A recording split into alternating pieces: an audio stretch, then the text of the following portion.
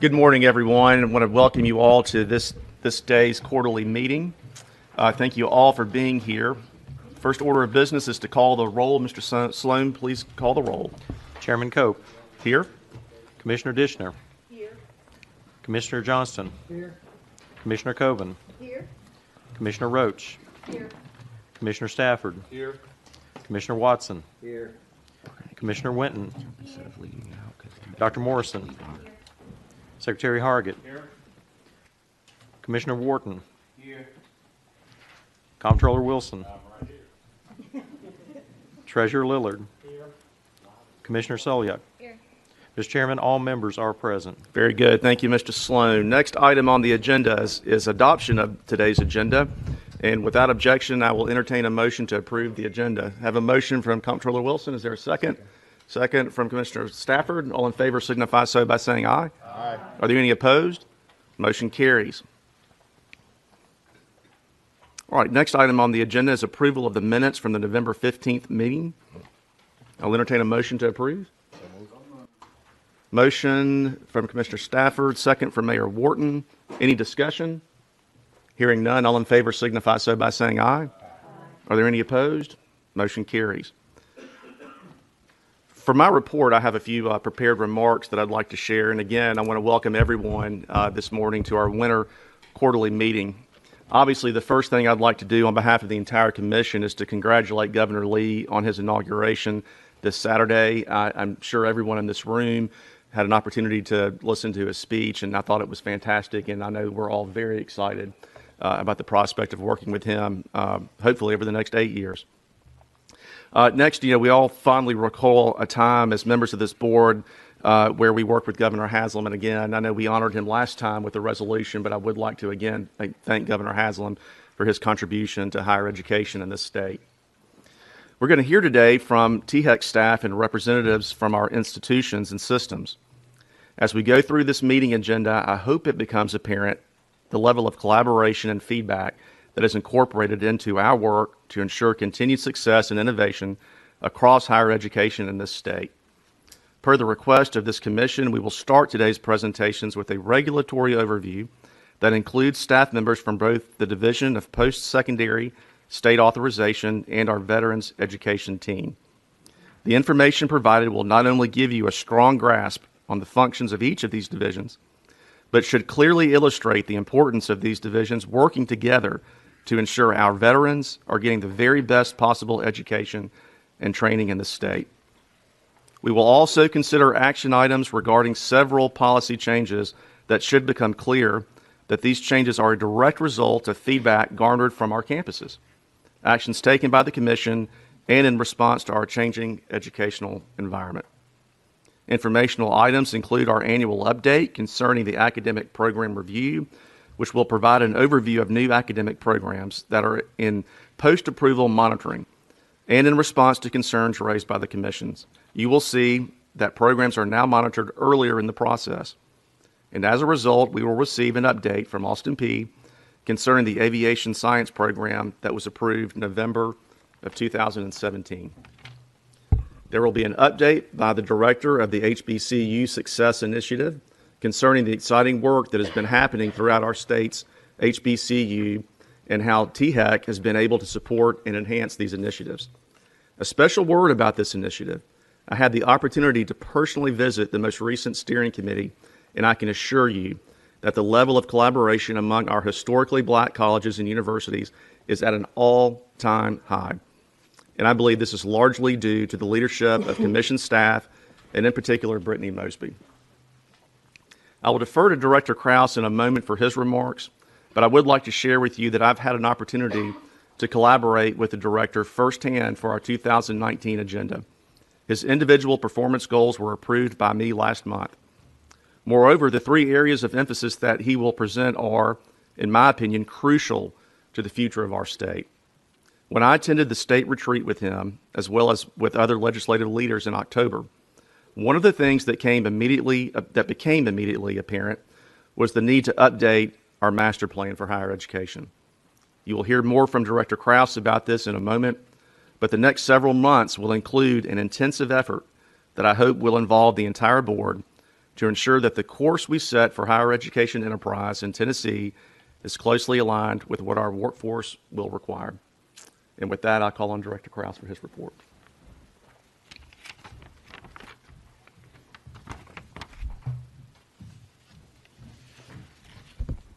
Thank you, Mr. Chairman, and certainly appreciate all the commission members who are here. Anytime we have full attendance, I think it makes us better, and so I appreciate the time you all have put in today's meeting already. What I'd like to do first off is we really have a bunch of salutations, but they're important to deliver. I want to echo Chairman Cope in congratulating Governor Lee. I will just tell you all the conversations and collaboration we have had already with his administration make very clear his vision for higher education is exciting. And we look forward to working with him and his team to facilitate that vision to make sure that more Tennesseans have more opportunity. I really want to also congratulate two members of our commission, Treasurer Lillard and Comptroller Wilson, on your recent reelection to your constitutional offices. We are grateful for the service you put in on this board and, by my count, about 800 other boards that you serve on statutorily. And I think we all look at our surrounding states, and it is evident that the fiscal picture in those states is not the fiscal picture we have in this state. And it's because of our constitutional officers largely. So thank you, Treasurer and Comptroller. Want to welcome back Commissioner Morrison after the arrival of Roscoe, and am glad to have you back here as part of the commission, and your K-12 perspective is always so helpful to everything that we do. And then I want to welcome a few new members of our staff. As you all know, one of the governor's prerogatives is he gets to decide who in state government works where. And he made a great decision that Carol Ann Orsborn on our team was going to work for him. And as you all would imagine, when that phone call comes, you just go. And so Carol Ann has joined the governor's staff. We miss her, but we're also very fortunate to have had Laura K. Crawford, please stand up, Laura K., to join the commission as in our executive and special assistant role. I would also say, and I'll talk a little bit in a moment about what we want to do internally as an agency this year, but the most important hire in my mind for our internal culture is our human resources director. And I am incredibly excited to have David Heathcock. Please stand up. David has joined our staff from the Department of Revenue. I'm not saying working at the Department of Revenue isn't exciting, but I think working at THEC is really exciting. And we're glad to have him here. David is a retired Army non-commissioned officer. He is also a veteran of decades of human resources, both in state government and, what I'm excited about, the private sector. And I think can help us bring some innovation to how we build our culture at this agency. So thank you, David, for attending. Chairman Cope mentioned something I alluded to during my director's report last commission meeting. We have got to have a very simple and concise vision, I believe, not just for this commission, but also for higher education as a whole. I would be remiss if I didn't talk about the role each of you all play. I think everybody here has seen the evolution of this board over the last few years. And I want to recognize one of our former board members who, in keeping with the circle of life, Alex Martin, formerly a THEC commissioner, will now be director of boards and commissions for Governor Lee's office. And Jade, please stand up. Jade Cooper, his assistant, is here as well. The Boards and Commissions office plays such a vital role in all of those areas because we seek to be a board member-led entity. You all have all legal powers. The staff is here to support you. And our goal over this next year is that the commission has an opportunity to hone on 3 very concise areas, and the board members that we have appointed by the governor are so crucial to that. So thank you all for being here. Our vision over the next year that I would present to you all for your consideration. First, rural access.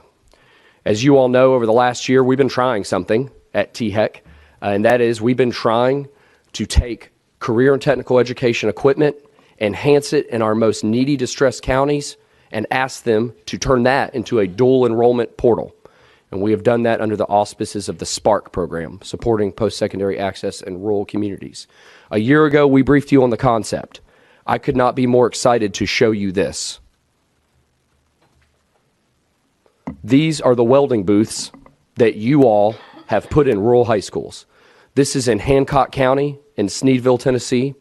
If you've not been to Hancock County, it is one of our more challenged areas in this state. We had the opportunity to go there last week, and I think it's always exciting in government when you can see an idea than touch students directly. People were emotional at this event. There's never been the opportunity to learn welding in Hancock County, ever. We asked students to drive to Morristown. That sounds easy. It is not. There is a mountain that you have to go up and down anytime you want to get between Sneedville and Morristown. Representative Gary Hicks was there, and he had the perfect summation of the Spark Initiative. He said, this is not about welding class. This is about breaking the cycle of poverty. And so I would propose that in the coming year, the commission be focused on that map, that we equalize opportunities across our rural areas with what's available in our urban areas in terms of access to high-quality CTE. The Spark Initiative was funded, as you all know, from an internal reserve account that we wanted to try and see if this was working. I can assure you it is working. I want to thank Lou Hanneman. Lou, where are you? Spark has been Lou's passion project now for 12 months. We have visited many of the distressed counties. We'll be visiting Lauderdale County next Friday to deliver their new welding equipment. I think this is an opportunity for the commission to be tactically involved with strategies that help students get a college credential. They may get a technical credential while they're still in high school, or the worst case is they show up to one of our TCATs accelerated, having already completed a trimester. So for our first focus area in 2019, I would submit to the commission is to continue pursuing our rural access diligently. Refining Reconnect. As you all know, the first semester of Reconnect students arrived on Chancellor Tidings campuses this fall. We had hoped to have 8,000. We had 14,962. Clearly, this message has resonated with adults. We have already begun, really, to use a military analogy, an intelligence gathering process to very quickly learn from these adult learners and refine our process for next fall to make sure that we're immediately refining Reconnect. And Jessica Gibson and her team, we had the opportunity to meet with the Chancellor this week. We surveyed adult students who didn't enroll. So think about that. The adults who applied, but they didn't show up, we surveyed them to say, why didn't you show up? I would have been really happy with 200 respondents. We had 700. That is a statistically significant sample, Dr. House, I believe. And we're taking that data right now. We met with the Chancellor earlier this week, and we're putting it back into the feedback loop. Higher education's feedback loop has got to move more quickly than it has, and I'll reference that again in a moment. But we're excited. Reconnect's going to keep rolling, but we're excited to make sure that the adult student experience, when we find campuses doing it right, to very quickly get it back into the water supply for other adults to succeed as well. And on the THEC side, we administer the financial aid. That needs to be really simple. Unfortunately, it hasn't always been simple. We have just relaunched our financial aid webpage as of 2 days ago. You can get 2 clicks to apply for financial aid in Tennessee now. And previously, it was more than 2 clicks. For the third external area, and Chairman Cope referenced this, THEC's most important statutory duty, in my opinion, is to develop and implement the state public agenda for higher education. The public agenda that was adopted by the Commission in 2015 is unfortunately already out of date. And that's actually a good thing in some ways, because I think it shows how dynamic Tennessee's higher education environment has been. We had the opportunity to travel to Minneapolis, myself, Chairman Cope, Senator Gresham, Dr. White, and Dr. Jackson from Nashville State, and sit in a room and think about that 2015 document. It is a retrospective document. It talks about data and data that had happened in the past. And what the staff will work diligently to support for the commission is an aspirational document that pursues, I think, the most important thing before us. And for those that will see our budget hearings next week, you'll get tired of hearing me say this, but THEC and Tennessee higher education writ large needs to be focused on the future of work. The way we receive degree programs from the campuses, 9 times out of 10, is a campus decided they wanted to teach something. And that's normally really great. But it's almost never because an employer came to us and said, we have to have this degree. It happens sometimes. There's no doubt about it. Go look at concrete management at MTSU. Employers said we have to have a concrete management program. We have, I think, pockets of employer-driven degrees. I think we have to pivot to where that is the norm. And furthermore, they might be employer-driven degrees for jobs that don't exist yet. And I think our public agenda for the next 5 years could powerfully set a precedent that the preferred degree programs that this commission considers will be the ones that address the future of work. I worry that if higher education does not do that, we risk obsolescence. There has been a complete disruption, and you'll hear from Dr. Bellard Chase in a moment. The for-profit sector, these colleges are closing, and they're closing because they did not adapt. I hope that we can set a public agenda for our public institutions that Tennessee employers are able to say, no, I asked for that degree, and they were right there producing students who, most importantly, were able to get a good job and support their families. So that is the process we'll be undertaking over the next several months. We'll be focused on each of these 3 areas throughout the year, and we look forward to engaging with the commission, particularly on refreshing this master plan. Closing point would just be, as we think about our external, our students, as you know, myself and the bureau chiefs are always thinking about our team here at THEC and TSAC. And throughout the year, our mantra will be one agency, one team. THEC and TSAC used to be separate agencies. They are not now. They are completely blended. And we'll be doing a deep dive into how we can continue to make sure that there is no separate identity, but that those two agencies, and if you think about those policy levers, you have THEC setting a policy agenda in line with getting Tennesseans great jobs, and you have TSAC that provides the aid so Tennesseans can get the education they need. We have to work more closely together. We've made great progress. Our team, many of whom are here today, this has been our mantra. We're going to double down on it. People will definitely be sick of hearing me say one agency, one team. But we're going to keep saying it throughout the year, and my goal is a year from now, I can report to you that these agencies are completely seamless because students demand that. And our operations are very important to the everyday lives of students. With that, commission members, I would take any questions you might have. Questions for Mike? Mr. Comptroller. We have a review of the master plan, which I think is an excellent idea. I think that it's appropriate for us to address an issue. I think I agree that I personally agree with the direction we're heading, but I think we need to consciously focus on this, is that there's a greater focus in higher education, or publicly funded higher education, I think, on work preparation than general intellectual curiosity. And that's a change, and I think we need to consider that. I think it may be very appropriate that we focus more on the lunch pail than we do on the playpen. But I think that the master plan is an appropriate place to make that examination. It is a fairly significant change. Yes, sir. And one thing I would say, Comptroller, and these presidents that are here, I think, could support this. I think we can walk and chew gum at the same time on this. I think it's possible. We need to be careful. We need to be very diligent and make sure that's one of our goals. Yes, sir. Other questions? Mike, thank you. Thanks, sir.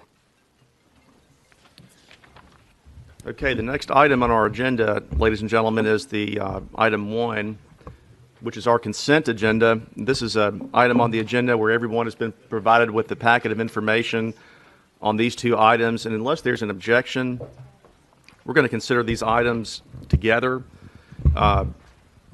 as one motion. So with that, the floor is open, and I'm happy to entertain a motion.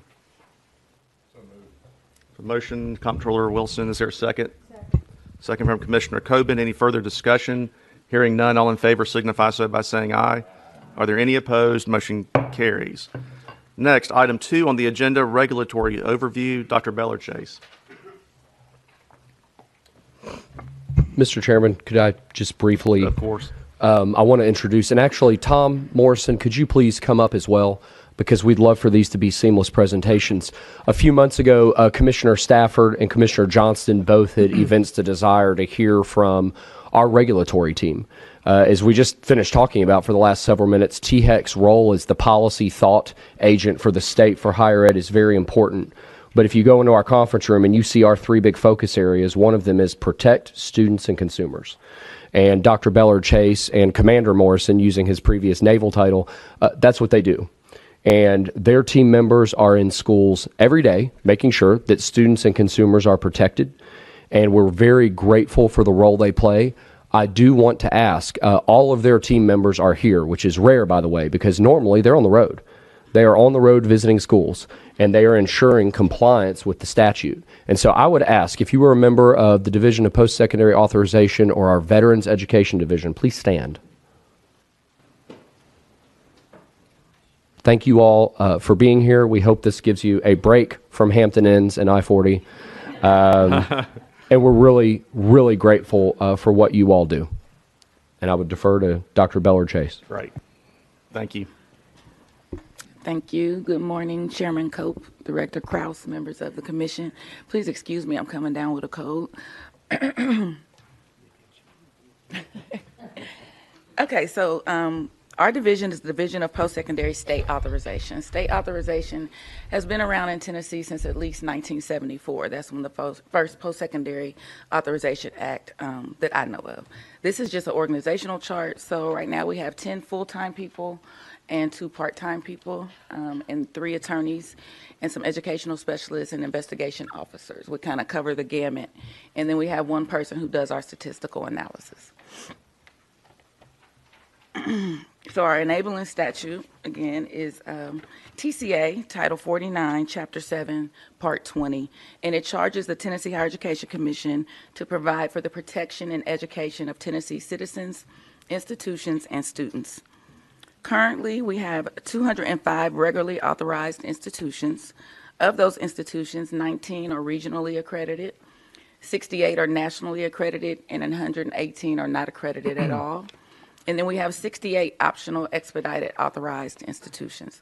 That is a new type of authorization in Tennessee that happened in 2016. There was a statute passed about that, and I'll get into that more later on. But of the OEA institutions, there are 40 that are regionally accredited and 28 that are nationally accredited. RA and OEA institutions excuse me, enrolled approximately 49,000 students in fiscal year 2017-2018. And by the way, if anyone has any questions, please feel free to stop me. So this is just an overview of the enrollment by accreditation. As you see, nationally accredited institutions enroll 50% of our students. Regionally accredited enroll 27%, and for institutions that are not accredited. And institutions with no accreditation are generally single purpose, like truck driving. They might do CNA, massage therapy, things like that. And then enrollment by age, as you see, most of our students are over 25. That's 69%, and under 25 is 31%. So we do serve a majority non-traditional adult population.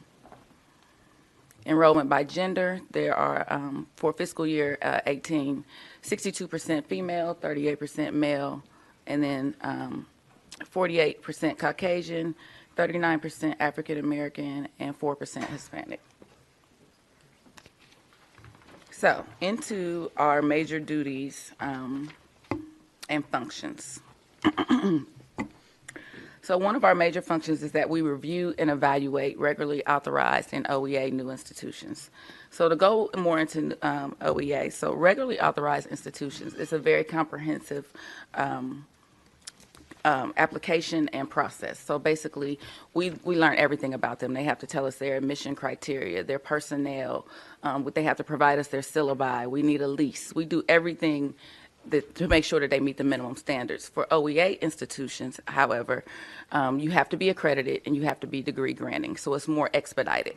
It's not as thorough of a process for us. And for you have to have good standing with your accreditor, you have to be eligible for Title IV, you have to operate lawfully in Tennessee, and you have to have a comprehensive complaint process. For the regularly authorized, we look at everything, their catalog, their enrollment agreement, their pre-enrollment agreement. We have to make sure that students know about transfer of credit and things like that. So we review those for minimum standards, and then we write reports for the regularly authorized institutions, which are submitted quarterly to the Committee on Post-Secondary Educational Institutions. We recommend to them, and then they recommend to you all for action. During the process, we provide a lot of technical assistance to institutions, especially those that are not accredited. When they first submit an application, we review it thoroughly, and we have checklists to make sure that they're meeting the minimum standards of the rules. If they do not, then they get something called a deferral letter. And that's basically where we outline in detail every single thing that was wrong or did not meet minimum standards, and they get a chance to resubmit it the next time. We oftentimes have requests for meetings to explain the laws and the rules. So it's really, we play almost a consultant role in that effect. For the regularly authorized institutions that are in Tennessee, we go visit them.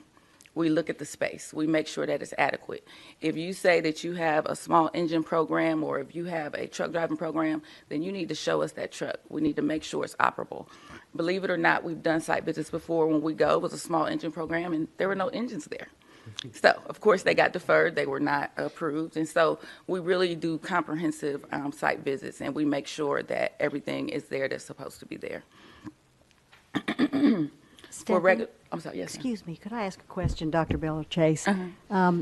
Of all the requests that you get, how many deferral letters do you end up sending out You know on what? That is average? on the fact sheet. And I don't have to have the exact number. Yeah, I'm curious. Okay, for instance, a couple agendas ago, we had 10 new institutions submit, and there were only 2 institutions on the agenda because 8 did not meet the minimum standards. Okay. I remember that one distinctively. So we write a lot of deferral letters. It takes a lot of time, but it's easier to do that than to just keep going back and forth. Of course. So would that be typical then? 8 out of 10? No, that That's was high. that was Okay. kind of high. Usually, I would say maybe 30 to 40% of the institutions on the agenda get deferred. Okay, thank you. Mm-hmm. And Dr. Chase, just for those that are already established, what's the frequency of reviews? Are they annual? That is reauthorization. So for Okay. regularly authorized institutions, each year they have to submit a reauthorization application to ensure that they are still in compliance. And so they have to sign attestations. They have to submit financial statements every year. So that's a yearly thing. For OEA, it's a little different. Instead of a reauthorization, they have to submit a new OEA application each year to make sure they're still meeting the standards for OEA. Complaints. Complaints is one of the most important things that we do. We take complaints for regularly authorized institutions as well as OEA institutions. The difference is for OEA institutions in the statute, it says that the student has to exhaust the institution's process first before they can come to us. For regularly authorized institutions, we can take them at any time. And so if you, and a lot of times we serve as mediators. We will ask the student, what is it that you want? And we go to the school and say, look, can we work this out? And we've been quite successful with either getting students their tuition back or helping work out a solution without us having to recommend to Director Krause some type of adverse action if we find that they were in the wrong. And so this is just a snapshot of the complaints. So last year we actually had 53 complaints. Also, statistical data collection and reporting. Both RA and OEA have to submit on October 15th student-level data. There was legislation passed, I think it was around 2008 or 2009, that required us to put withdrawal, completion, and placement rates on our website. So prior to that time, the schools were submitting aggregate data to us, but we felt like if we were going to post it on THEC's website, we had to make sure that there was integrity to the data. So we started getting student-level statistics. That's when we first hired a statistician, and so each year those are calculated. I think there's like 4 years worth now, and he's working right now on fiscal year 18 reports. Dr. Bella Chase, going back to the complaint process, how frequently, let's say for 2018, were complaints filed that resulted in some adverse action against the institution? It's funny because recently, I would say adverse action. I know that from the complaint, so in many instances, when we are going to have a finding against the institution, we will let them know, hey, look, this policy was not correct, or you did not enforce your policy correct, so do you want to work something out with the student? Or we can fine you. Because if we request a fine, recommend a fine, that money doesn't help the student. We can't give that money to the student, so we rather than pay the student. So we've given you about 5 or 6 letters, maybe. I would say quarterly. And what I'm always impressed by with the staff, one, if they recommend a fine, it typically comes with a binder of an investigation. Truly, a literal binder, and multiple engagements with the attorneys on staff, multiple site visits. But I really appreciate what Dr. Bella Chase said, because that fine doesn't help students. What I have been so impressed by is, as regulators, I think the culture that we've built is to not play gotcha. It is to help consult them into compliance. But ultimately, there's not compliance. We do take adverse action. about once a quarter. And with respect to the adverse action, do you feel like you have the legal authority that you need, the tools that would get someone's attention if they're in non-compliance with our policies? Yes, sir. The statute says that we can fine you $500 per day per violation. We never do that. We always take a conservative approach, but if we needed to, we could. And also, their authorization can be revoked, which means they would no longer be able to operate. Excuse me, you keep data on repeat offenders? Yes, ma'am. And Dr. Beller Chase, are all your complainants students? Well, for regularly authorized institutions, no. For OEA, yes. So sometimes a teacher will call, or right now we have a complaint that's been filed for a student by his mother, but he still had to give us a release. Yes, ma'am. I have a question. So the complaints continue to go down from year over year. Is that just because of the regulatory oversight, or are people just not, I mean, what's happening to I cause think that has something to do with that. In 2014, I believe that was the closure of Victory University. And so we had a multitude of complaints. That's kind of skewed the numbers. But yes, because OEA, if we get an OEA complaint, we have to tell them, you have to prove to us that you have exhausted the institution's process. And so when we do that and we call the director and say, hey, we just did that, usually it gets worked out before it comes to us. In regards to the complaint process, how much information do we provide students so that they understand how the process works, and so they're not intimidated by the process, but they understand the process can work for them? My concern is that sometimes people just don't submit a complaint, but we may know of rumors or innuendo of concerns. Obviously, we can't act upon that, but how do we help people understand the complaint Yes, sir. process? So for RA and OEA institutions, well, for RA institutions, it's required that in their catalog or student handbook, they have to have a statement saying, any complaint not handled here, please call THEC. And so when we do our review, we make sure that information is in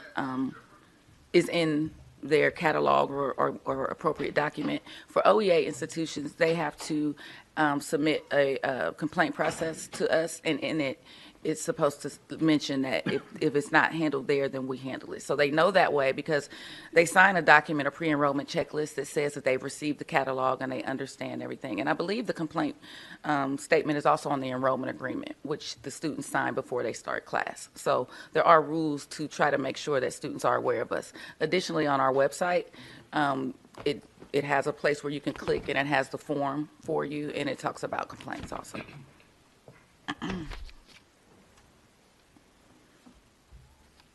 Okay, so closures. As Director Krause mentioned earlier, we've had a lot of closures lately. Some of them were precipitous, and they've been in the news. ITT, the Virginia College, LaCole. But actually right now there's 35 active or inactive institutions. So inactive means they have stopped recruiting. They are not holding class, but they still have obligations to us for closure. So again, we serve as the intermediary between the institutions and the students and the media. So like for instance, the last closure that just happened, immediately, as soon as we find out, we have a banner on our website that Heather helps us put there. Students can click, and it gives them all the information that we have on that particular school. So if you go to our website now, it goes back, I believe it might even go back to Victory, but I know it starts with ITT, and it gives them information about, because the institutions that are closing like this are generally Title IV eligible. And so we let them know about loan discharge. We have a form for them to fill out. So as we get up information, we email it to them and update them.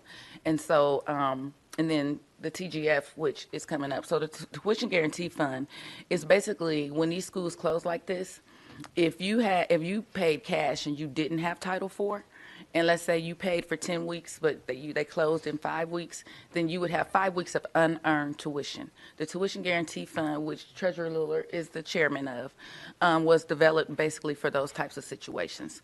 And actually since 2001, there's been 7 closures that required TGF board action. So, excuse me, another big thing that comes about when institutions close, the statute requires that we obtain the transcripts. So we've gotten about 50,000 transcripts in the last couple months because all the institutions that are closing are so big. So when those transcripts come in, we have to give them, we have a contractor, and he processes them and puts them on our system. and then we do transcript requests. So in 2018, we had 1,250. So if you went to Victory and you call us, well, you can submit a request. And so we serve just like an institution. We send the transcript to you or wherever you ask so that you can continue your education. So that's a really important part about the closures, is to get those, one of our goals is to get the transcripts. We request them. Also, with the closures, they're kind of complicated because, like right now, we're waiting on January 31st, actually. A group of institutions, Victory and Art Institute that just closed, are supposed to submit their final documentation, and then they will be officially closed with us.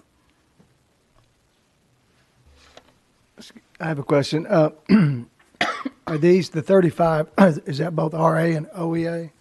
Yes, sir, and I have the breakdown, actually. Well, my question is, your other numbers were 205 and 68.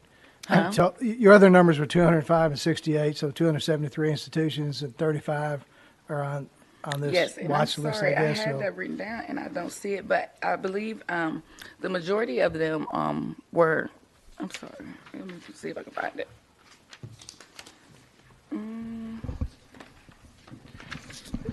that's okay. I don't need the detail. I was just kind of getting a sense of the percentage. That's, No, I over actually 10%. had that number and I don't know what happened to the paper, but I will find it and I'll let you know.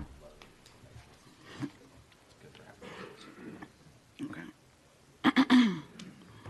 So, State Authorization Reciprocity Agreement. This is something new. This is, and the acronym for this is SARA. So the enabling statute for this is TCA, Title 49, Chapter 7, Part 15. It became effective May 18, 2015, and it named THEC as a state portal agency. Tennessee was approved as the 27th state on June 29, 2015. So basically what the reciprocity agreement is generally there's one or two agencies in every state that does what THEC does as far as state authorization. And so what that means is if an institution from Kentucky wants to come to Tennessee and recruit students and create a physical presence, then they would have to get authorized by our agency. Same thing if Vanderbilt wanted to go to Kentucky, they would have to get authorized. What this does is it enables you to do distance education, to recruit, to advertise, and to do some things physically in the state without having to be authorized in each of those areas. Because institutions were paying hundreds of thousands of dollars for authorization. It was a lot of red tape, a lot of regulatory oversight. So this alleviated that, basically. And so right now, there's 49 states, the District of Columbia, and 2 territories. So the only state that is not a part of SARA right now is California. Their choice, our choice? Yes, well, in most states, we had to do it. You have to have a law passed to join SARA, and I believe that there's some conflict between the politicians on if they want it or not. Thank you. So in 2018, we reviewed and approved 56 SARA applications. 23 of those are public institutions, and that includes all 6 of the LGIs, 4 UTs, and 13 community colleges. And 33 are private institutions. 3 of those are for-profit, and 30 are not-for-profit, and that's mostly the TAICUA institutions. Also for SARA, we do have a role in the complaints, but it's only for out-of-state distance education complaints that have anything to do with SARA. And thus far, since 2015, we have not received any complaints. And that concludes my presentation. I will take any questions. Any questions? I think you got lots of questions already, right? I think that's right. Well, thanks. Oh, I'm sorry, and I wanted to mention, I think you all have this. This is a DPSA fact sheet. It's like a quick look of everything we do. It's a little more detailed, and so if you read this and have any questions, feel free to reach out to me. All right, Mr. Morrison, are you? Good morning. Yes, sir. Commissioner Colt, Chairman Colt, Director Krause, Commissioners, Tom Morrison. I am with the Veterans Education Division of THEC, and generally, each state has someone like us, and our job loosely is to approve and monitor and audit schools and training programs for those veterans in those schools or training programs to receive their GI Bill benefits. Guess I should get my slides started. We are focused on ensuring the success of these students, and we do it through various means. If a new school wants to be approved, they must go through an application process and a site visit process with us, both accredited and non-accredited schools. And we deal with all types of schools, most of whom, or not most of whom, but many of whom are also authorized by Stephanie's agency. We have some that are not. For instance, non-accredited beauty schools. Post-secondary doesn't have oversight for those schools, but we do deal with non-accredited schools as well. We inspect, approve, and monitor through this application process and through visits and audits to those schools. Our job is to ensure compliance with the standards of Title 38, which is the overseeing regulations that we operate under. And we operate under those hand in hand, by the way, with the U.S. Department of Veterans Affairs as well. We provide ongoing contact, technical assistance, and periodic audits, which I will talk about in a moment. This is sort of a timeline of how we came about. We are generally known across the country as state approving agencies for veterans education and training. We are part of a national organization, the National Association of State Approving Agencies for Veterans Education and Training. And I might mention that Mitch Curry, who is part of our group, is the current chairman of the legislative committee for our national organization. You all know about the GI Bill, of course, from 1944. President Roosevelt signed that into law. In 1947, it was determined that they needed someone to provide oversight to these GI Bill programs, and that's when state approving agencies were stood up. We do not know exactly when the Tennessee agency was stood up. It was somewhere around that time, I think. I just am not certain. But we were originally in the Department of Education. In 1983, Governor Lamar Alexander moved our agency, the state approving agency, into THEC. The biggest change we've had over the past recent years is the implementation of the post 9/11 GI Bill, which you've all heard about. And that was passed into law in 2008, and it was actually implemented for veterans in August of 2009. The next big change was in 2017, the Forever GI Bill that you've heard about. The biggest benefit, I think, to the veterans from the Forever GI Bill is that it removed the time limit under which those benefits can be used. The Montgomery GI Bill, which was the prevailing GI Bill for years and years, since I think 1985, had a 10-year delimiting date, it's called. After 10 years, use it or not, it goes away. That's still in existence. But the post 9/11 GI Bill, thanks to the Comary Act in 2017, is now good forever if you were discharged or came into service after January the 1st, 2013. It had a 15-year date. That's gone now, and that's good. We operate our business under these core principles: approval of programs, new and continuing approvals, and we also train school officials who administer those programs. If a school is going to be approved for veterans training, it must have what Title 38 calls administrative capability, which means the ability to keep the records that Title 38 requires a school certifying official to handle those documents that go to VA and so forth. Without administrative capability, it cannot be approved for GI Bill. Compliance audits, I'll talk about in a moment, and other school visits.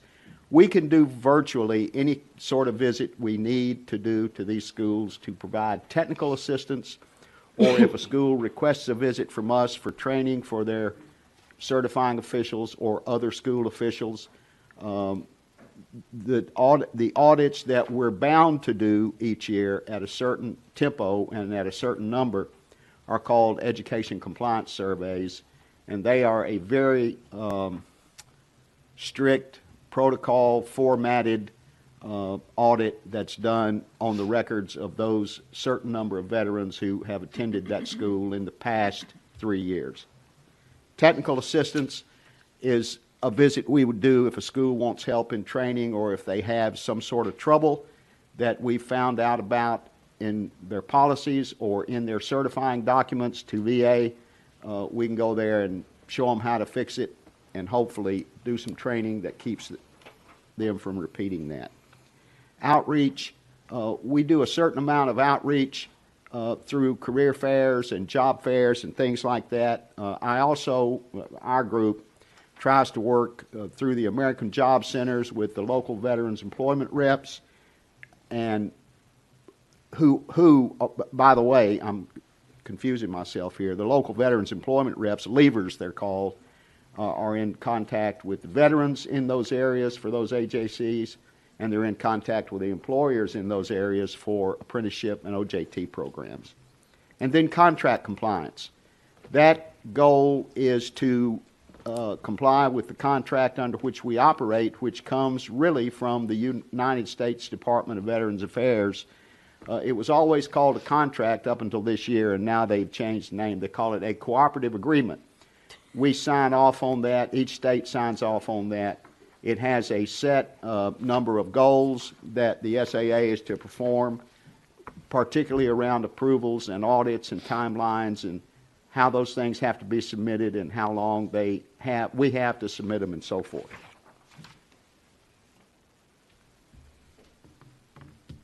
SAA and VA partnership. I can't overemphasize how important our relationship with the federal VA is.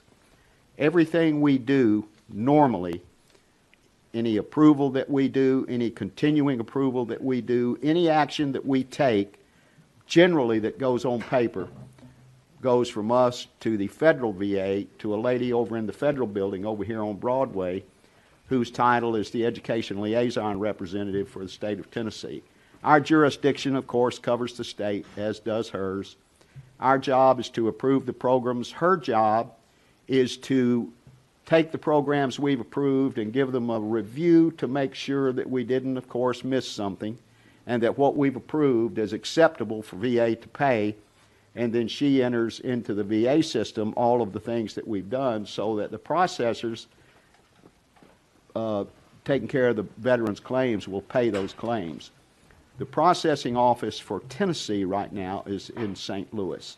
So any veteran claim that comes from a school in Tennessee for education, which is the only thing we deal with, goes to St. Louis and is processed there and is paid from there. The SAA must approve institutions and for veterans education and training, and VA is responsible for paying those benefits. Once again, I cannot overemphasize how important our relationship with the federal VA is. We talk daily, hourly sometimes. If there's a problem at a school, we cooperatively deal with that problem. If there's a problem at a school, we have to do a visit, we will do that visit. If we have to do training, we will do that training. I think, as has been mentioned by Stephanie and Mike, I see our job as approving schools and then helping them remain in compliance.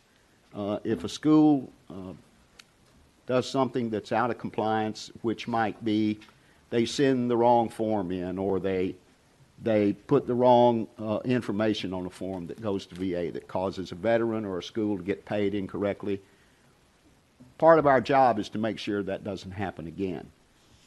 So I see us sort of serving veterans, serving the schools, working cooperatively with VA, and working as a team at the commission, particularly with Stephanie and her folks. I know our duties sound similar. We operate under a little bit different federal guidelines, so we try to keep it between the ditches. Veterans education approvals, these are the number of schools we have approved right now in Tennessee. IHLs are 4-year degree schools, 124, 240 non-college degree schools, and non-college degree of any kind, beauty schools, massage schools, all kinds of schools, if they grant a certificate or a diploma, are included under NCDs. Our 27 technology centers fall under this category. Apprenticeships and OJTs, we have 117 approved on the books. Not all of these institutions and apprenticeship OJTs are active always, only a certain number each year. And from those active ones each year, we're given a number to do an audit at. But these are the numbers that we have approved right now. Apprenticeships and OJTs, we have many of those you would think: electricians, plumbers, steam fitters, metal workers, all kinds of things. We may approve a small OJT, such as an auto collision repair shop in Fairview that had a veteran. It was a 24-month OJT to learn how to fix your car when you have a wreck. And he did a marvelous job, kept perfect records, and he's still working there right now. 481 total. Those are the number that are listed with VA. Mr. Morrison? Yes, sir. On the apprenticeships and LJT, are they all through the Federal Department of Labor? No, sir. We have some registered with the Department of Labor, and we have some that are not. We deal with both registered and non-registered OJTs, apprenticeships. Mm-hmm. We generally separate for how we approach these jobs, apprenticeships and OJTs at the 2-year mark. Most of what we deal with that's 2 years or less is really an OJT for VA purposes. And if it's longer than 2 years, particularly if it's registered, has standards and so forth, is an apprenticeship.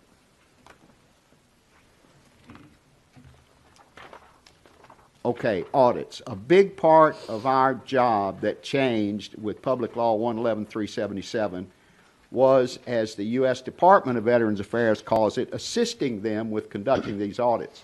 What that really means is the federal VA in Washington decides each year, hopefully before the year starts, not always, which schools, which individual schools in each state they want audited that year. They send that list to the ELR, Melissa Cole, that I spoke about earlier, who's our Fed, and she divides that list up between VA and the state approving agency. We generally get about half, and she generally gets about half. This year, we have 44 institutions that we will conduct audits at. Some of those have already been done, and VA has about an equal number of schools. They are schools and apprenticeships OJTs.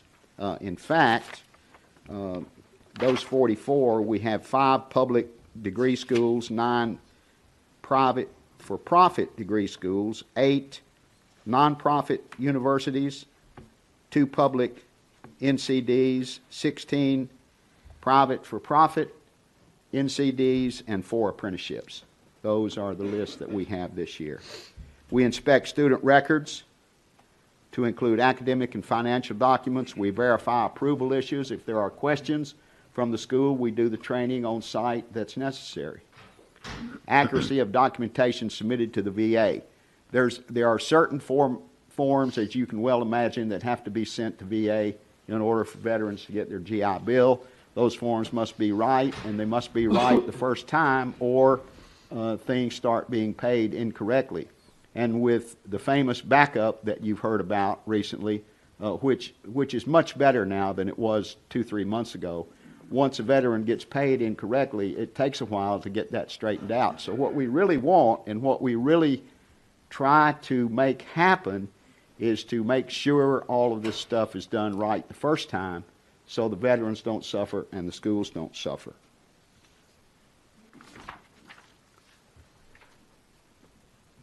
The figures I brought were from November of 2018. We get a report on veterans who are using the GI Bill in Tennessee, those who have actually been paid. 11,186 students were paid in November at a variety of schools. 85% of those were veterans or active duty service members using their GI Bill benefits. 15% were dependents or family members. And those would be, for instance, a spouse or a child who has been given transferred post 9/11 benefits, which service members can do before they leave the service. If a service member has 36 months of benefits, and you may or may not know this, before they leave the service, they have the opportunity to transfer some or all of those benefits to their spouse or their children so that they can attend school using the post 9/11 GI Bill. Commander Morrison. Yes, sir. Two questions actually. Do we know what the potential pipeline is within the state of veterans who could take advantage of these benefits? And then the second question would be, is there anything that we can do to help promote the opportunities that are still available to these veterans? In answer to your first question, I don't think we do. We're really more in the business of dealing with those who are in the programs. Of course, we do a certain amount of outreach, but I don't know a way we could predict the influx. Yes, sir. Turn your mic on. Commissioner Stafford, you know what we do know? We have 500,000 veterans in Tennessee. Obviously, there's a large population of them who are serving from a generation where probably returning to higher education is not realistic.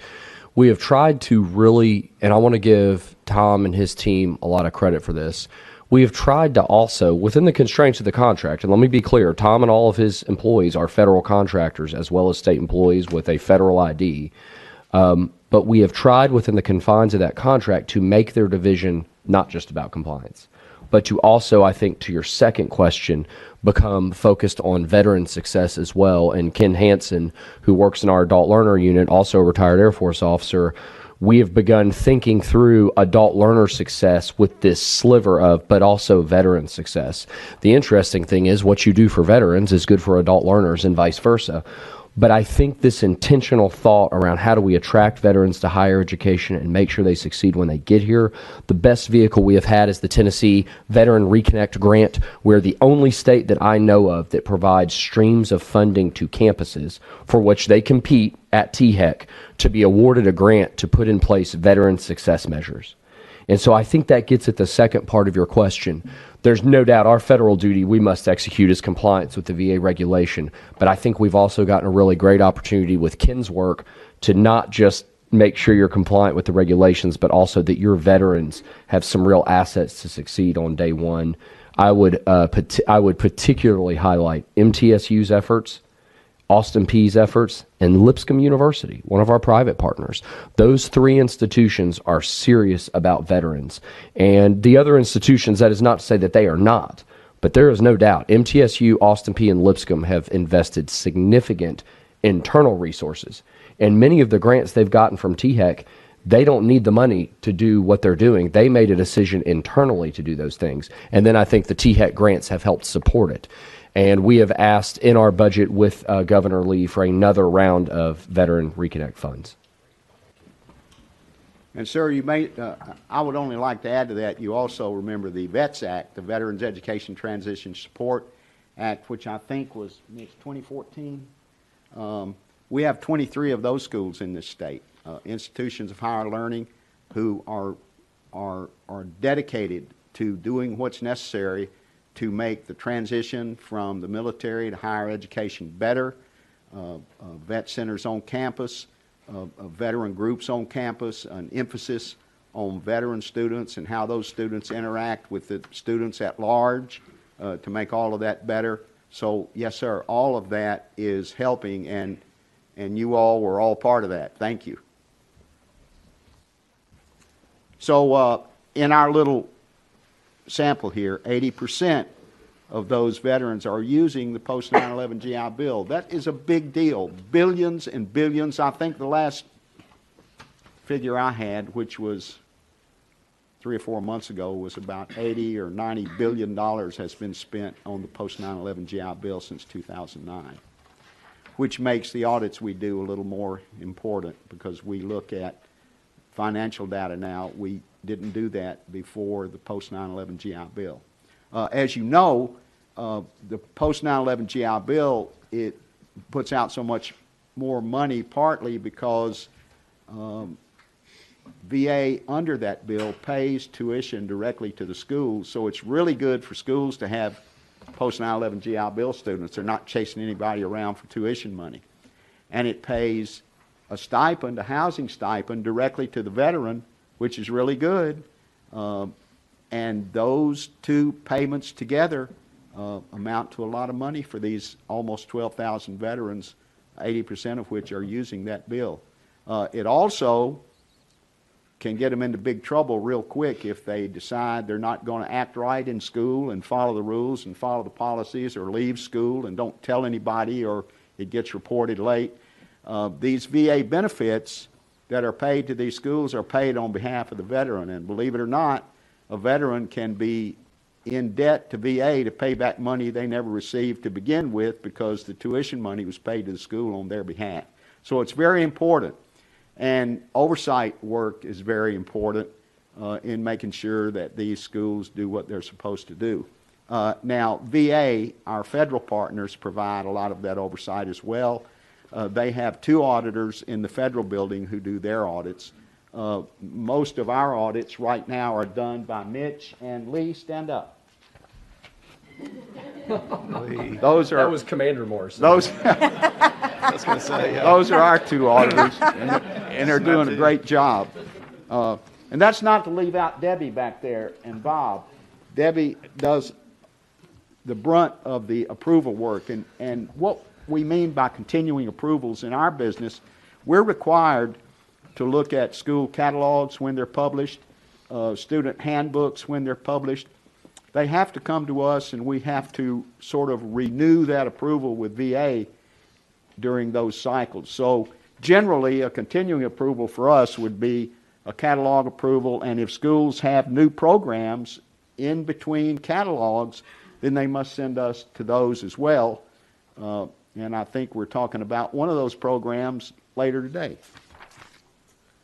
I think, yes, I had the one more. There's the breakout of those 11,186 veterans. 47% are at our public universities, 31% at privates, 16% in our community colleges, and then 4% in our TCATs and 2% in our private non-college degree schools. That's a little lower than I thought it would be till we broke out the numbers, but that's how they shake out for November. And that's not uncommon for the breakout in the business that we're in. And I think that's it. I'd be happy to answer anything. That's great.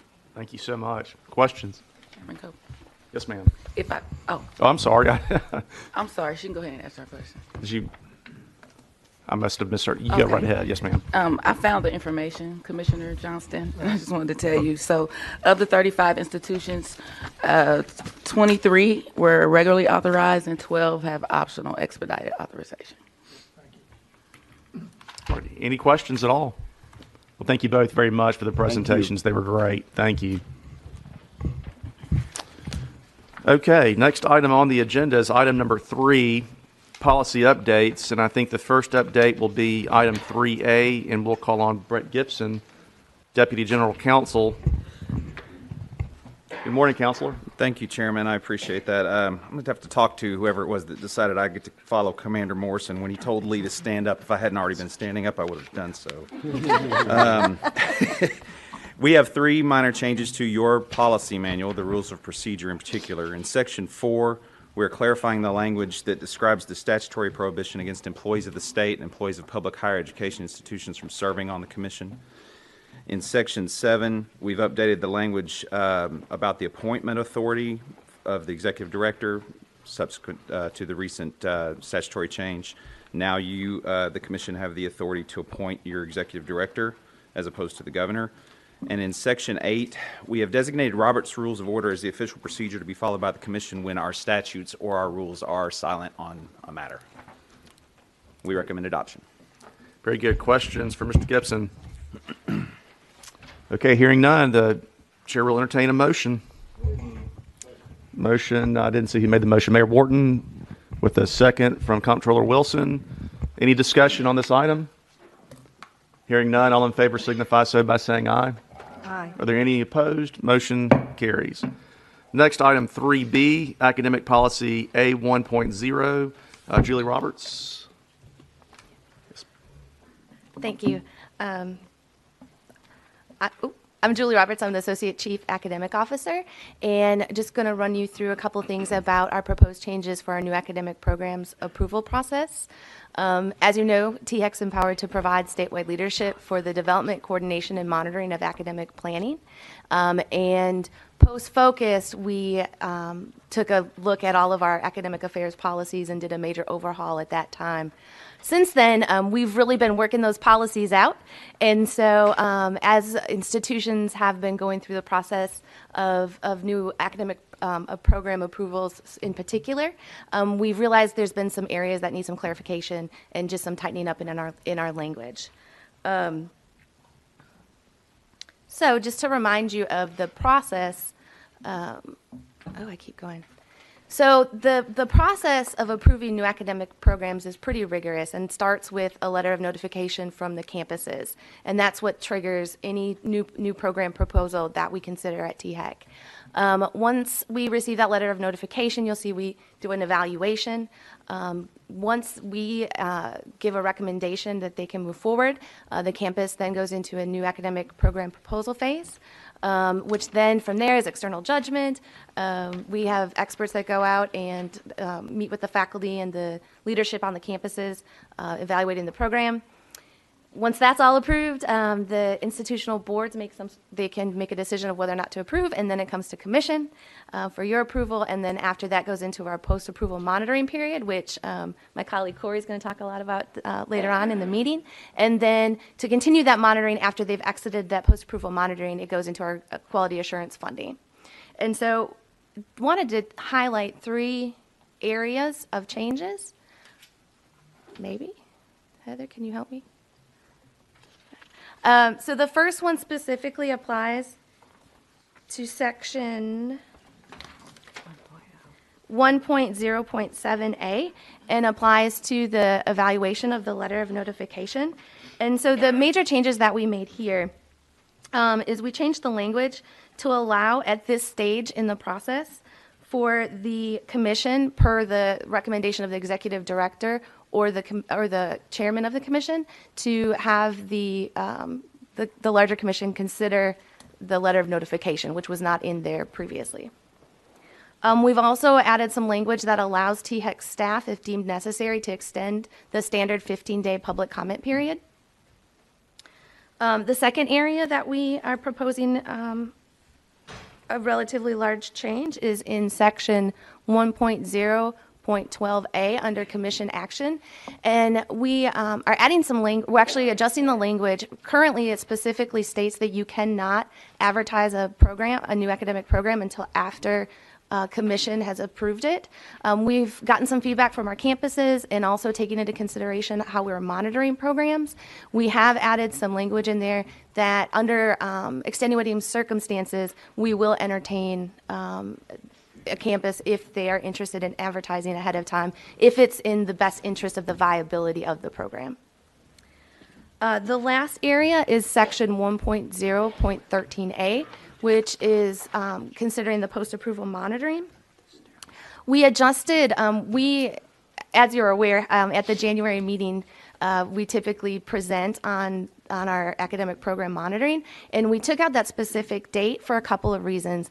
We want to create some flexibility of when we bring that to the commission based on the agenda items, but then also allowing our campuses a little bit more flexibility in reporting out. Sometimes it's tough at the end of the semester to get those numbers to us for a January meeting, and so we want to make sure we have the most information possible as we're looking at what those post-approval monitoring looks like as we present it to you.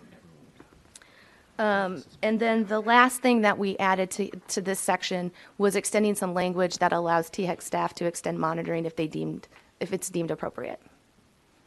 So, and as a staff, we recommend approval. And I'm happy to answer any questions. Thanks, Julie. Questions? Mr. Coben? Thank you for your presentation. I just wanted to commend you, Ms. Roberts, on the fact that you all did work with the chief academic officers at the LGIs, at UT, at the TBR, because that input, I think, is critical as we clarify all of this. So I wanted to thank you for that. And I want to thank you because I forgot to mention that, so. It's in your write-up. Thank you. Commissioner Stafford. I too commend you on the work in updating the policies. One question I did notice on section 1012A, with regard to the allowance of advertising before final approval, did you Yes. all, not that I see any particular challenges, but did you all talk about any potential consequences or circumstances that could arise from allowing an organization to advertise before final approval, and what would happen if approval wasn't granted? Yes, sir, that's a great question. We actually looked at what SAC's policy said, and we were actually being more stringent than SAC's. And so we did put in here in the language that it would have to occur after the external judgment, because at that point, if it was before that, I mean, you never know, right? So we wanted to make sure it was at a point where we had an outside person give us feedback on, yes, this probably is a good decision, but it also will have to, per SAC's guidelines, SAC COC, if you advertise a program before it is officially approved, that has to be it has to be clearly identified. So we would request from an institution that we have all of this in writing, and that would be some of the guidelines that we would give them that it would align with that SAC. So making sure so not completely answering your question, but trying to make sure that we would allow this at a point where we're fairly confident that there weren't any major issues we saw as barriers to that program being approved, but then also with that caveat of you have to be very clear as you're marketing this that it's not a fully approved program. And I assume there's also the built-in incentive that the institution assumes the risk that if they spend the money to advertise and it doesn't get approved, then that risk is one they assume. Correct, Yeah. yes. Other questions? Yes, ma'am, Ms. Solyak. Just in section 107A, so the period for public comment can be extended. Does it make sense to have an upper bound on that period, that it cannot be extended beyond a certain date? Just looking ahead at like program approvals and a university or school waiting on that approval. Yeah, I mean, we didn't add that in there. I think we would make sure that it was an appropriate amount of time. I'd also say, Commissioner, that's a very fair verbal amendment, if you'd like to make it. I just, in being fair and consistent with all universities, I wouldn't want it ever to be deemed that the THEC staff was trying to do something to slow the progression of a school starting a new program or anything of the sort. Yeah. Let me ask maybe a procedural question. I think everyone, that sounds like a good idea. If you want to make that in the form of a motion, Mr. Sloan, do you see any reason why we couldn't entertain that right now? Mr. Chairman, Commission has the latitude to make those changes at this meeting with the proper voice vote and approval. So, Commissioner Silliot, would you like to make your proposal in the form of a motion? Yes, sir. Okay, we have a motion on the floor. Is there a second? Second from Commissioner Stafford. Discussion on this motion to amend the policy. Mr. Chairman, may I clarify what would the language be, the upward bound? I would like to hear what would be a fair extension period. Quite honestly, I think we wouldn't extend it. I wouldn't say more than a couple months. Look into the team. Yeah, I mean, and even 30 days would be. That sounds Yeah. But no longer than. Okay. So a motion to make an amendment that says no more than 30 days post the first end period. I don't the best phrasing of that, but. Okay.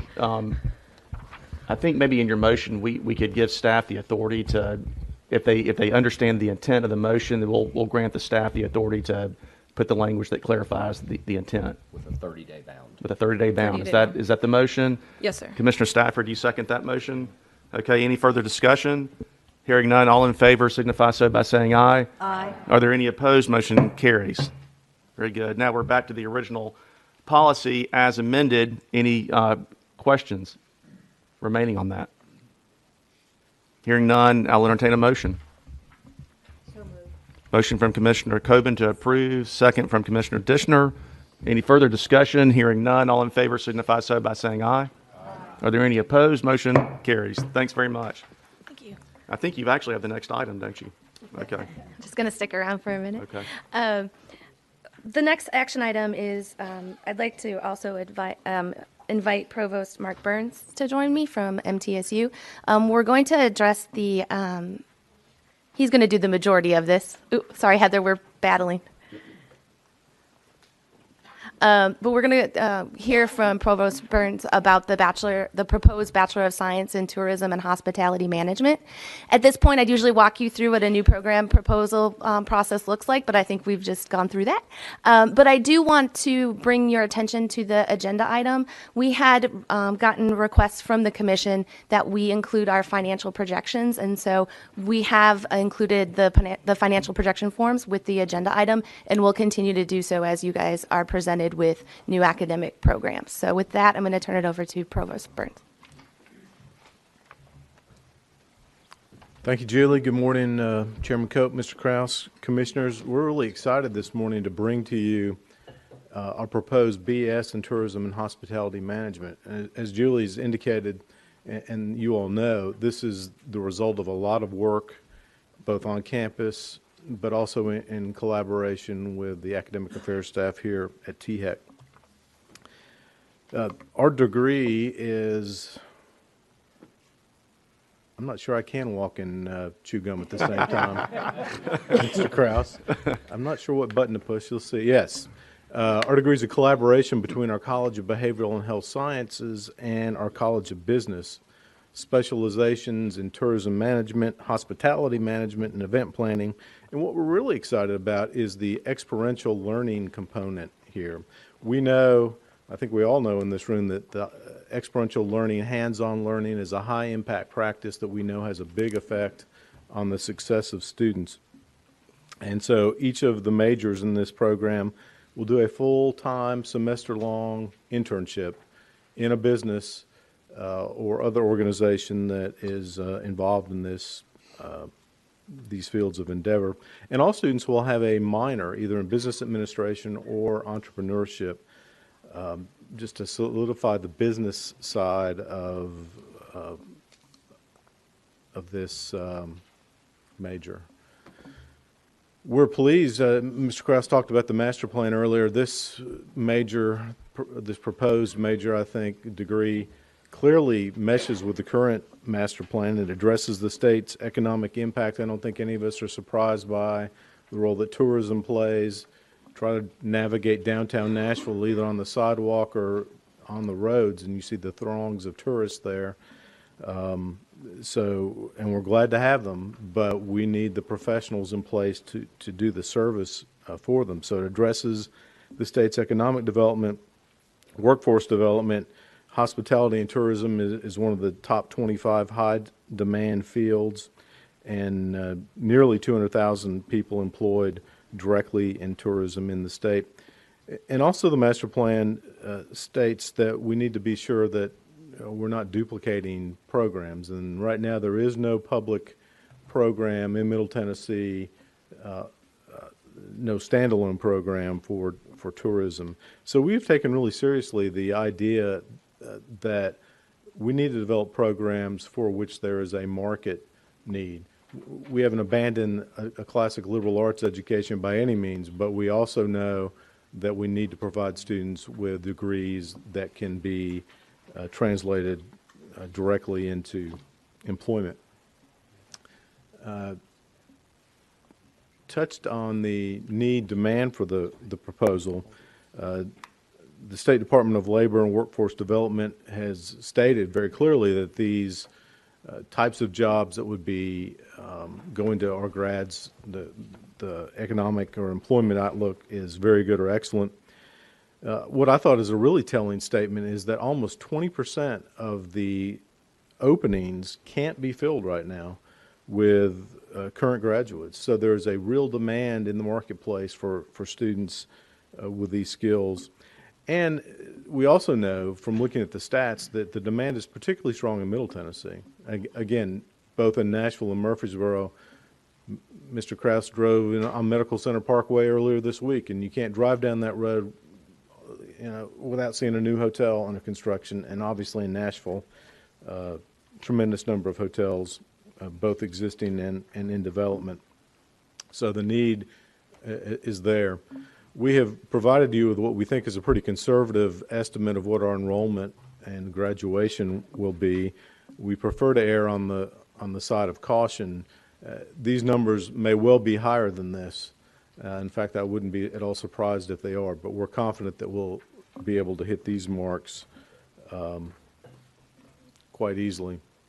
And then, as Julie mentioned, in your materials, in your board packet, you'll see more details, of course, but here's a summary of the projected expenses and revenues. We have currently on staff one faculty member who's already trained in this area. We're in the process of hiring another. We have existing faculty who can teach parts of the program, and then we'll make up the difference with adjuncts as needed. So we don't anticipate any problem in staffing the courses that we need for this degree. So with that, I'll be happy to take any questions. Yes, ma'am. Well, it's not a question so much as a statement to say, I want to applaud Middle Tennessee State for this creative move. I think that we've been looking at decades for individuals going outside the state to seek this type of degree. And when you do an internship out of state with another degree program, you're more likely that you're going to stay there and pursue that career path there. I think that you're going to bring those really quality students back to our state to do this work, and I think each of our grand divisions have opportunities for this program. Right. So thank you very much. Thank you. Executive Director Cross is exactly what you're talking about earlier for the master plan.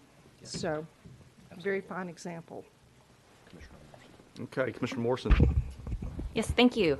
Enjoy this presentation. My husband is actually in hospitality, so I read this with some interest, and I agree with Commissioner Dishner. This is much needed in our area in Middle Tennessee, so I was glad to see this coming before the commission.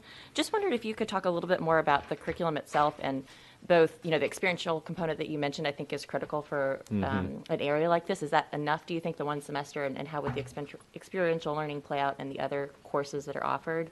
And then secondly, what kind of jobs do you think that graduates from this program will be prepared to take? Is it more of the management route? Is it a whole, array of hospitality jobs, but a little bit more specific on the end of the line? Right. Where they'll wind up, we think, ultimately in management. Now it's possible they'll have to work their way up into those, but we're going to focus on hotels in the short run. And at this point, we don't anticipate, or we're not going to right now offer restaurant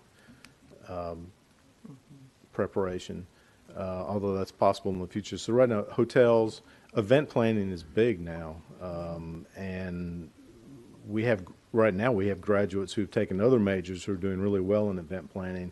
We think when we give them a specific degree about event planning, that will really be effective. And then just tourist sites, we think there'll be management level positions open to them as well. As far as experiential, a semester-long requirement is actually fairly aggressive. Now, I think that's the future, that I think more and more of our programs will have built-in requirements. Right now, we have tons of programs where there are electives, and we encourage people to do internships or other sort of hands-on things.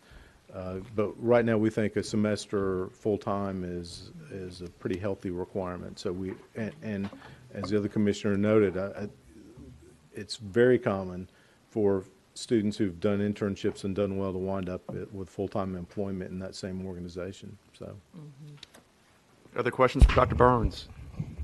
It's a great presentation. Thank you. Thank you very much. Okay, the floor is open. I'll entertain a motion. Motion for approval, Comptroller Wilson. Is there a second? Second from Commissioner Winton. Further discussion? Hearing none, all in favor signify so by saying aye. Aye. Are there any opposed? Motion carries. All right, it's 11:25. We are going to recess for lunch here.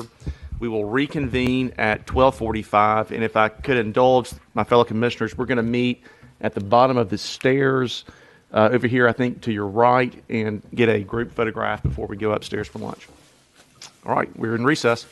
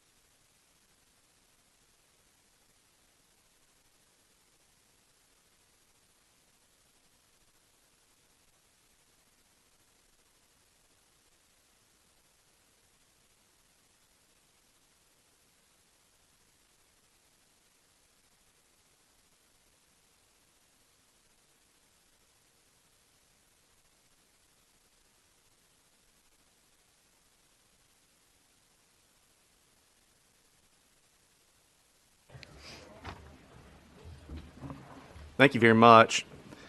I'm going to call on Director Krause. He has some sad news, and I'll ask him to comment on that, please. Thank you, Mr. Chairman. It's been a hard couple of weeks up at East Tennessee State University, as Jeremy Ross can tell you, and Brian Nolan cannot join us, but felt it would be remiss not to take this opportunity as a commission to recognize our colleague, Dr. Angela Lewis, who passed away. I guess we're now about a week out.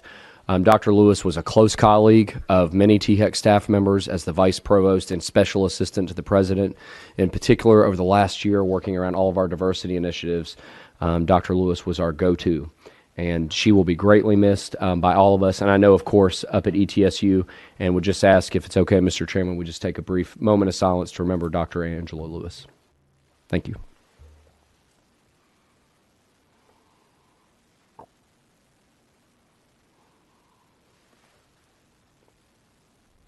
Thank you, Mr. Chairman. Thanks very much. Okay, next item on the agenda is number 5, Corey Giesling.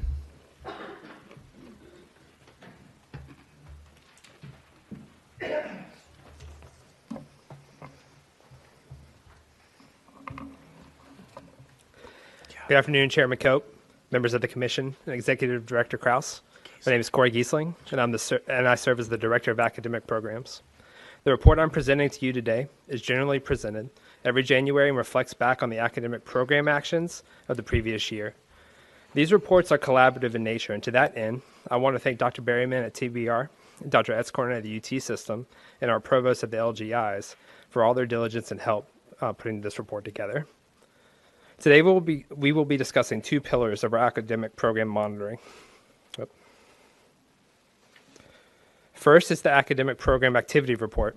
This is the aggregated report of all new, modified, and terminated programs each year. These include programs that are approved by the Commission, as well as programs elevated from concentrations to majors that require approval from Executive Director Krause. The second report is Post-Approval Monitoring. Post-approval is THEC's assessment of newly approved academic programs.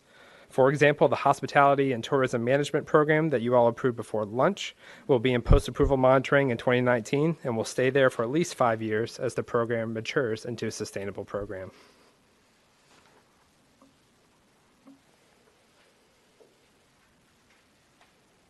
I want to take a minute and discuss the program approval and accountability process.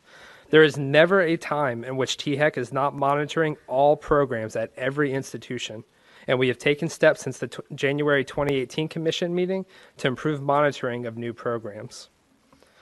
THEC approves new academic programs at universities through the new academic program proposal process.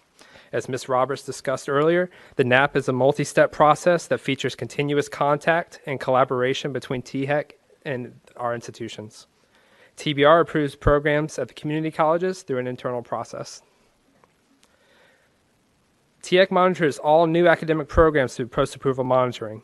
When programs fall short of the institution's projected enrollment and graduation benchmarks as defined during the NAP process, they must complete program productivity plans and may have their monitoring time extended. In 2018, as a response to the discussion at this commission meeting, THEC has added a status report that new programs must submit during the program's first term of implementation.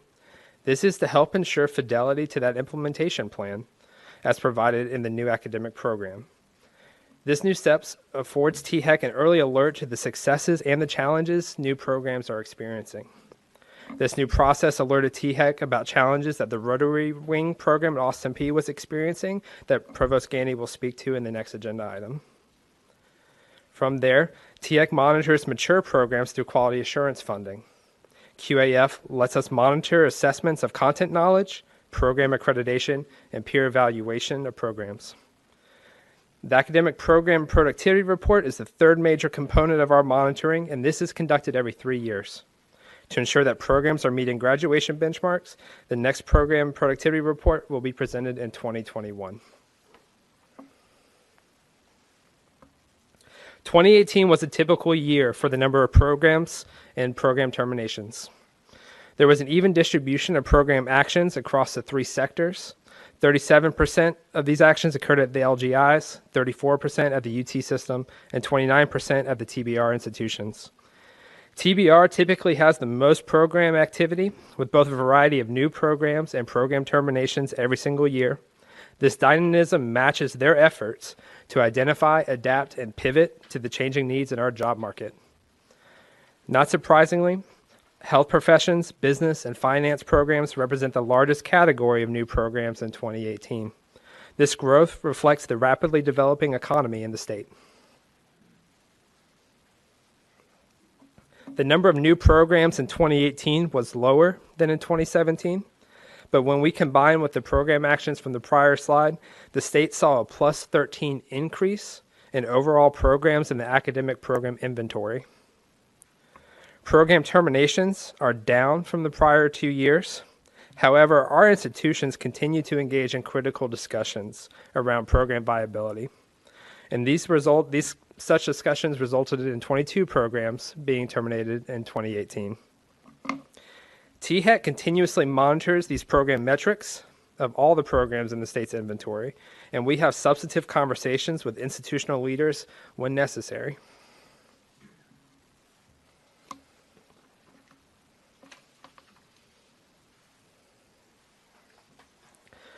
"2018 was a great year for the state's programs and monitoring. As you can see from the slide, 77 of the 103 programs, or 75%, are meeting at least one of the benchmarks. This is an increase from 48% last year. Our institutions are making great progress in the key metrics, and this can be attributed to their vibrant response to the concerns raised at last January's commission meeting. However, we do still have much room for improvement. Only 29% are meeting both benchmarks. This is actually a slight decline from 2017. Overall, in 2018, 106 programs were monitored through post-approval monitoring. 3 of these programs are going to be implemented spring 2019, and they are not included in this tabulation. The length of time that a program is monitored depends on the degree level. Certificates and associates are monitored for 3 years, bachelor's and master's for 5, and doctoral for 7. Post-approval monitoring evaluates programs based on their enrollment and graduation benchmarks that the institutions establish for themselves as part of the program approval process. Since TBR has the greatest number of new programs, they also have the greatest number of programs in post-approval, making up 48% of the overall number.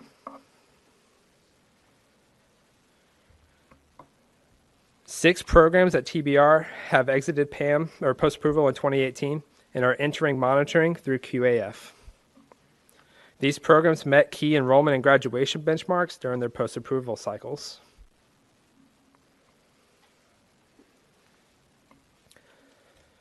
The column on the left are the 8 TBR programs that are at the end of their monitoring period. However, these programs will be placed in extended monitoring for not meeting benchmarks. The Fine Arts program at Columbia has requested termination, leaving the other 8 on the column on the left in extended monitoring. The Fine Arts programs were established system-wide.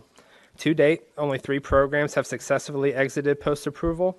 The remaining Fine Arts programs have challenges meeting one or both benchmarks and are in extended monitoring.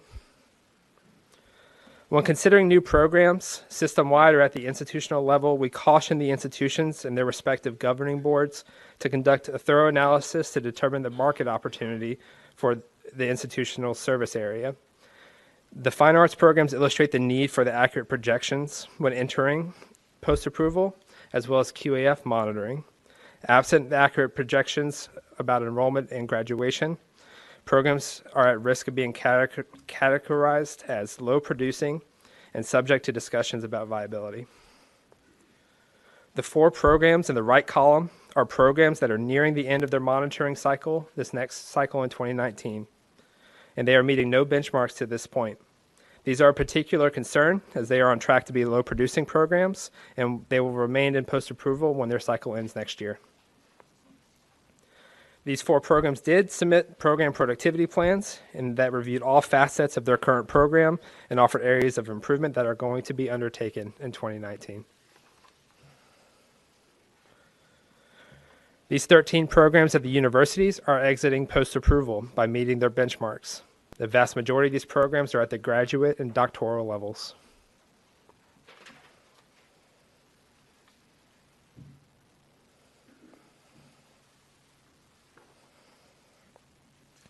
There are no bachelor's and doctoral programs eligible to exit post-approval in 2018. Only one master's program was. The Tennessee THEC Professional Science Master's Program was eligible to exit, but they did not meet their enrollment or graduation benchmarks and will remain. They did transition to an online-based delivery format that they're hoping will mitigate these numbers. The other three programs on this chart are not meeting either benchmark, and they are nearing the end of their monitoring period in 2019. These programs, again, are of a particular concern as they are on track to be low producing. These programs did submit program productivity plans as well, outlining the challenges and the areas of improvement that they will undertake in 2019. Program productivity plans often illuminate the very particular reasons for programs to not meet a benchmark. In 2018, the Engineering Technology program at Austin Peay identified the structure of the capstone as a major barrier to attainment. Accordingly, they are investing resources to reconnect with students while also restructuring their capstone from one course to 3 smaller courses in hopes that that will help walk students through the end of their degree program.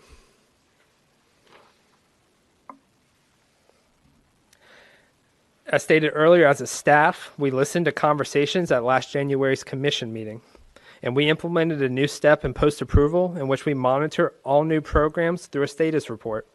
The status report brought great insight into the new programs and allows THEC to continue as partners with our institutions to ensure effective implementation and monitoring. 3 of the programs implemented in 2018 met their targeted enrollment benchmark. The EDD at Austin Peay had great success in recruitment of their students. The commercial aviation program at Memphis has been met with great support, including a commitment from FedEx to establish scholarships to help those students in the program. East Tennessee State also had great success in the rehabilitation health science program in recruiting students, and they have also executed 6 articulation agreements with community colleges that will help support this program and help it be sustainable. These programs are examples of new programs meeting demonstrated needs in their respective communities. The 3 programs at Memphis will be implemented in the spring of 2019. The Mechatronics Engineering Technology program at UT Chattanooga had 7 students enrolled in the fall of 2018, but they have already on the books higher enrollment in the spring of 2019. In 2018, we saw an overall improvement of our new programs and meeting benchmarks and success. However, there still remains much room for improvement, particularly in the graduation rates of programs nearing the end of their monitoring cycles. Setting accurate implementation timelines and benchmarks during this new academic program process is critical.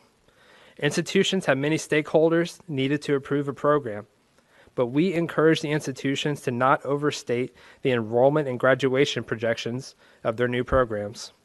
In doing so, you're endangering the program to becoming a low-performing program as measured by post-approval and quality assurance funding.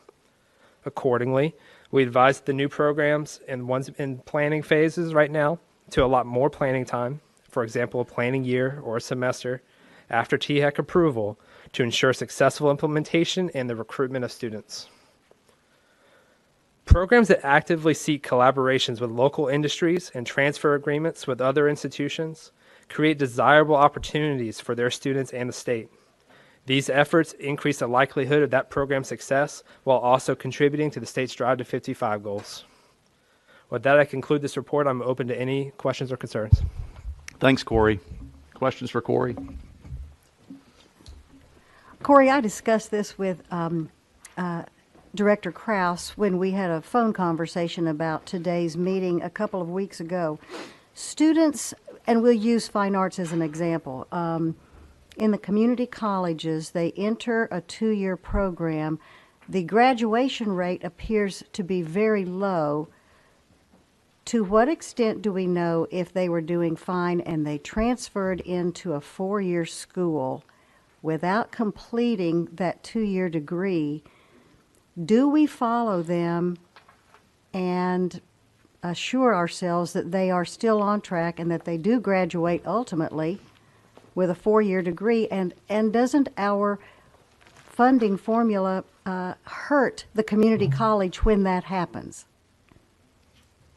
I think that's like 6 questions. I'm sorry. Can I answer question 6, Commissioner? Just to say, no, rather the community college receives credit for a transfer and through the formula. Okay, so the credit for the transfer counts toward the community college Yes, ma'am. funding. Okay, good. That transfer activity is of great incentive. For questions 5, 4, 3, and 2, 1, I'll defer to Dr. Giesling. Well, actually, I think that answers most of my question, except that this fine arts area that I just used as an example, but it's a glaring example. We have a lot of students in there never ever graduating. And is it not a catch-all major when you don't know quite what a student wants to declare? Is that why it shows up in fine arts? There's a couple of reasons, and credit to Dr. Berryman and Dr. Schulte at TBR for engaging in conversations with us on this. As in practice, yes, it is, but I would rather defer to Chancellor Tidings if you would like to comment on it. Take the microphone, please, Chancellor. But we also have 9 colleges with fine arts programs, and we only have the 3 that are on that status. The leadership in those programs makes a big difference. We're seeing that. The direct tie into particularly the entertainment business in the Nashville area has many of our programs being successful and picking up in that industry. At several of our colleges, Volunteer State, most of their emphasis is on the music side of fine arts. At Columbia, they were doing the filming industry section. At Chattanooga State, they are primarily interested in the music and the acting piece of it. So while it would appear that we don't have a lot of graduates from those that you saw listed, we do have a good number that are turning out quite a few. I know, for instance, at Chattanooga State, we've got at least 8 graduates that have gone on to acting careers, large acting careers, and starred in several movies and plays. So it has led to some very great opportunities for our students. But Columbia State is asking to terminate their fine arts program. Actually, they are terminating that fine arts degree, but what they've done is they have specialized now. They've got media industry training. So what they've done is broken it out into some very specialized. The fine arts itself was very broad. Understood. Thank you. Thank you. If it's helpful to Commissioner Coben, I can ask Dr. House. We should be able to quickly look at the Associate of Fine Arts transfers and add that as a column to the commission in the next week or so, and just send that back to confirm. We believe that is the case, by the way. Many are enrolling. They end up transferring because they want to be in a baccalaureate level arts program, but the SIS should be able to confirm that. We will get that to you. Thank you. Other questions? Dr. Dishner? Yes, Mr. Chair, this is an in-the-weeds question, but a curiosity question. I was looking, because I'd raised a question about the interior architecture program at University of Memphis that had been monitored for 8 years and was still short of graduation benchmarks. But I was noticing, unless I'm reading incorrectly, and I may be, that it was one of the ones that exited the monitoring process this past year. And I was curious about that. Yes, that was a program that we had lengthy discussions with the University of Memphis on. Obviously, it's been a program that has been in post-approval now 3 years past the time that it should have exited. The program gained programmatic accreditation in 2018, and we felt it prudent to allow that program the opportunity, once they've gained that accreditation, just to see what happens there for the next couple of years. They're being accredited in interior design and interior architecture really affects if students are going to want to come be a student in that program or not. I mean, that was a major barrier for their enrollment challenges, and so we thought it prudent to give them a couple of years. And they will be monitored in QAF, so we will know about their success. Thank you. Other questions? Yes, ma'am. Commissioner Coben? If this is possible to do, could you give us a thumbnail sketch on the difference between what an institution has to go through, or a program, I probably should say, for accreditation versus what we're looking at in program approval? I would think there'd be a great deal of overlap. There is accreditation is going to take a lot of consideration into the curriculum matters, the degrees of the faculty, how many are full-time versus adjuncts. There's different program accreditors have different qualifications, but those are kind of the general buckets there. But yes, they also enrollment graduation matters. On balance, I think we take the accreditation process very seriously as a buttress to the commission's work, because the accreditation process is a nuclear reactor and ours is like a lawnmower engine. It's a very deep, involved, multiple site visit process. And I think it makes us feel like we have an insurance policy for accreditable programs, because an accreditor will not hesitate to just yank your accreditation, and it happens fairly routine. For what it's worth, when you lose your accreditation in Tennessee, you lose money, because the QAF program funds any accreditable program. That's why we end up focusing so much on non-accreditable programs, to make sure, because truly, in some ways, the commission's approval is the last really important approval before students enrolling. Other questions? Okay, thanks so much. I think you've got the next item, don't you? I do. I turn to the next agenda item regarding the Rotary Wing program at Austin P. As a result of the status reports, we felt it prudent to have Provost Gandy come provide an update to the current status of the program. This program was to be implemented in the fall of 2018, but as Provost Gandy will share, there were difficulties delaying full implementation. I'll now turn the presentation over to Provost Gandy.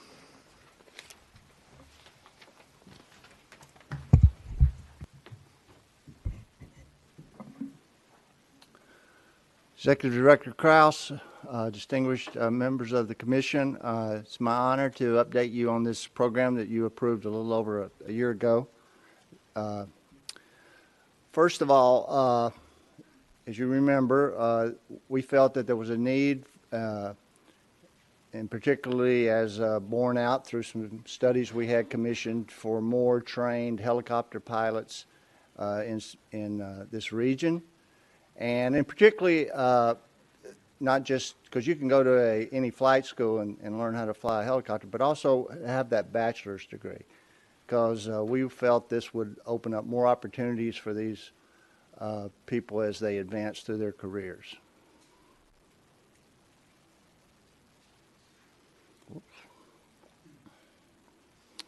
So also, the Clarksville area, having Fort Campbell with one of the largest concentration of rotor wing aircraft in the country, is a great area to launch this in. And studies had shown that there was we looked at had shown that there was a need for this. So that led us to get your approval for this.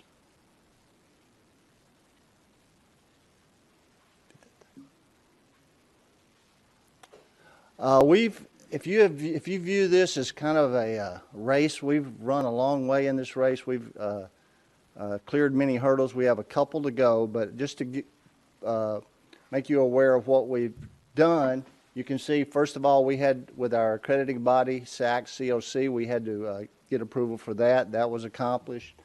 We also received some very expensive equipment associated with this, so we received a grant from the Tennessee Department of Transportation to get our flight simulator.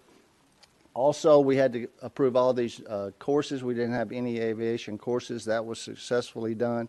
And we had to hire staff, and we've brought on our director there, Charles Wagan, as you see. Also, there's several approvals related to financial support for the students. We got the what's called Part 141 letter of intent submitted, and that's I'll talk a little bit about that in a minute. But at the current time, that's pending. We had to get a site code. Obviously, these helicopters are housed at airfield. We use Outlaw Field in Montgomery County, right across the street from Fort Campbell. So that was approved, and renovations were made there. We did offer our first classes in the fall for the non-flight part of this. We had several, I think 5 students. However, the financial aid part of that was not in place, so that was a challenge to getting the number of students we want.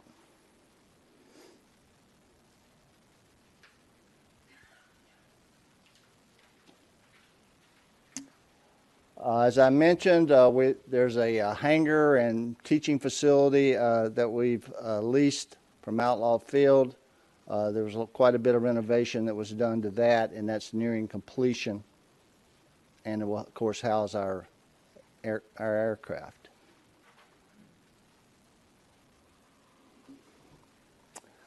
Getting the aircraft was a bit of a challenge also.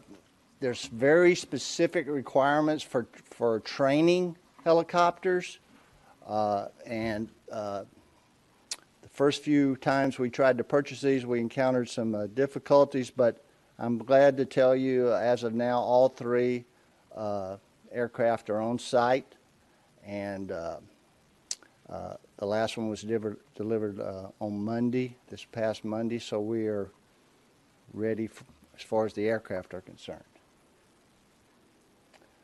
There's two main hurdles remaining. One is obviously if you have a veteran, they're eligible through the VA for funding.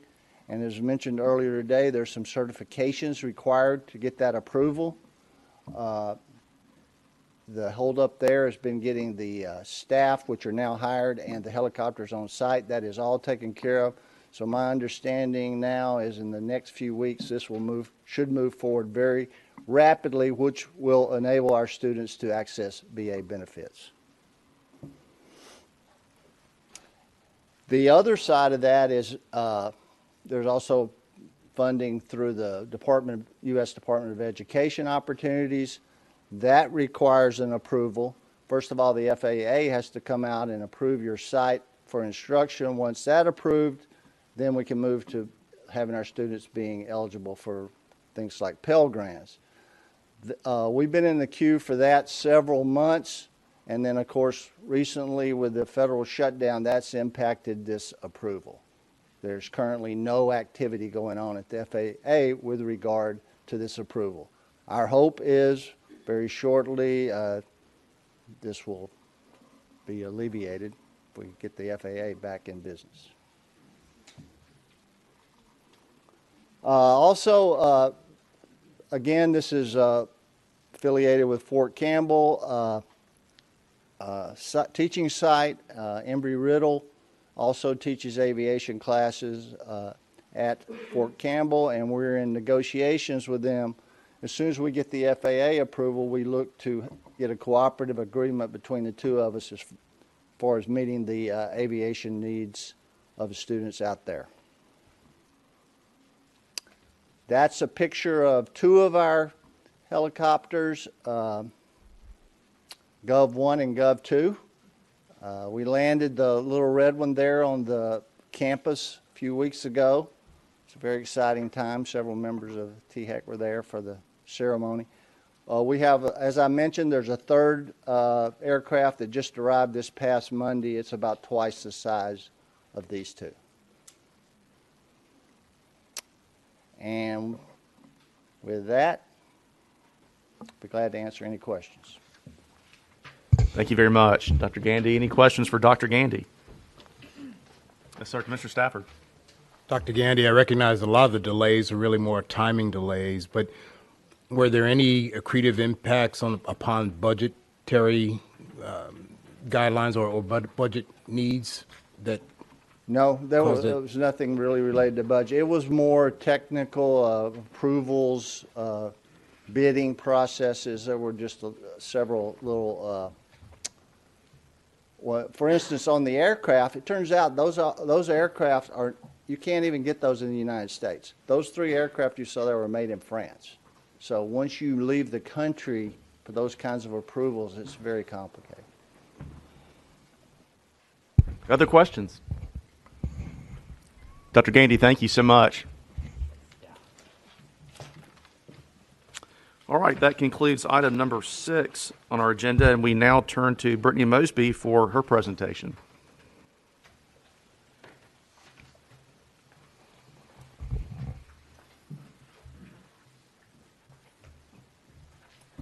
Good afternoon, Chairman Cove, Director Krause, and members of the Commission. It is my extreme pleasure and excitement to present to you today an update on the Tennessee HBCU Success Initiative.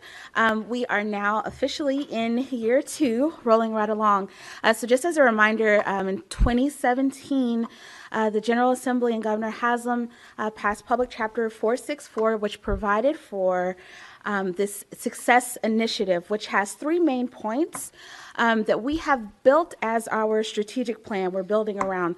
And those points are strengthening the capacity of our HBCUs to provide high quality education, increasing the opportunities to participate and benefit from state programs, and ensuring that Tennessee has the highest proportion of HBCU graduates in the country. So lofty goals, aspirational goals that we have ahead of us, and I'm very proud to share with you the progress that we're making on these goals. So one of the first things that I had to do, was figure out what exactly my role is as the Director of Success. The legislation was great and broad in providing the framework for the work that we're doing, but one thing that it didn't do was tell me what to do on a day-to-day basis. So want to tell you a little bit about the role of the director as a THEC staff member. So it breaks down into what we've decided 3 main arms.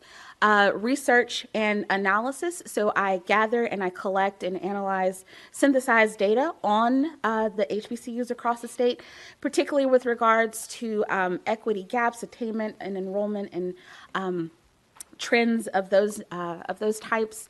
In my previous life before coming to THEC, I was tenured math professor at Pellissippi State Community College and majored in statistics in graduate school. So numbers are a big part of what we do, and I think it's very important that this role is data-driven and that all of the decisions and the policy type of work that we're working on is grounded in data. And so that is a huge part of my role. Also, we do programming, and I'm going to talk in a little bit about some of the program that we've done thus far, but creating opportunities for the HBCUs to come together and to participate in different strengthening activities is very important. And then finally, THEC overall as a coordinating agency, I think it's also important that what I do is coordinate strategic convenings. One that I'm proud of, I brokered a deal between Meharry Medical College and the Department of Minority Health here in the Health Department. The Department of Minority Health received a $4.5 million grant from the CDC on addressing the opioid crisis, and Meharry actually has programs and centers for addressing that type of mental health and behavioral health and substance abuse issues. And so we've connected the two to start a grassroots education campaign for minority communities and communities abroad on addressing the opioid problem throughout Tennessee. And so that type of connecting and partnership is something that we look forward to continuing to do in the future. Want to share a little bit about the 7 HBCUs across the state. We do have 7 that are currently open authorized. I'll add an asterisk next to one. American Baptist here in Nashville, a smaller school. It is a private Christian liberal arts focused college, recently designated as an HBCU in 2013 in working towards its THEC accreditation. THEC University is also here in Nashville. It is one of the top 10 HBCUs in the country, and so it consistently has a very elite class of scholars that come in. Knoxville College, you will recall last summer, came and presented before the commission for reauthorization. So Knoxville College lost its THEC accreditation in 1997, but did not close, and I think that speaks to the indomitable spirit of HBCUs in general. In 2018, this body provided authorization for the college to accept students, and they are accepting students for their spring 19 semester in an online associate's degree program. Lane College is in Jackson, Tennessee. It is also a private liberal arts college with a Christian focus. It's the largest of the private institutions. Lemoyne-Owen is our urban campus, HBCU, located in Memphis, a private school. Meharry Medical College is one of only 3 historically black graduate medical schools in the country. And a fun fact, of all of the black dentists in the country, 40% graduated from Meharry Medical College. That's nationwide. And then, of course, our TSU, the the public land-grant university for the state. Enrollment totals about 12,000 students. That's including undergrad and graduate. That's about 5% of Tennessee higher education enrollment overall. But more interesting, these 7 institutions represent about 25% of the African American enrollment in higher ed. So it's a significant portion, especially when we talk about increasing achievement across diversity lines and closing those equity gaps. A lot of that can happen at the HBCUs in an all ships will rise sort of fashion. And I also have the degree production here. Overall, about 2,400 degrees produced per year by these 7 institutions. Overall, the 7 HBCUs graduate about 21% of black students with bachelor's degrees across the state. So not only are they enrolling about a quarter, they're also graduating about a quarter of all the black students who are enrolled in higher ed in Tennessee. A few more facts and figures for you. In the academic year 2016-2017, about $10 million was invested in state financial aid to the HBCUs across the state of Tennessee. So there's already been significant investment on the state side, and we're happy to publish this number and get this out there that students going to HBCUs all are supported by state dollars. Of this 10 million, about 60%, about 6 million of that was the HOPE with the Aspire Award. And the Aspire Award is an additional amount awarded to students with parents who have an adjusted gross income below $3,600, I believe. So HBCUs are also access-focused institutions. In fact, the Pell eligible enrollment at our HBCUs ranges from 65% at the lowest to 92% at the highest. None of our schools have a Pell eligible enrollment that is not in the majority. So these institutions are serving students from low income backgrounds and are sometimes the first place of access that these students have to higher education overall.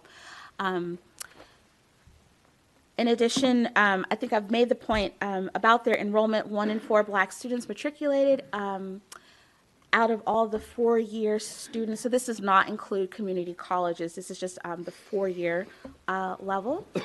And then, of course, 21% of black bachelor degree completers came from HBCUs.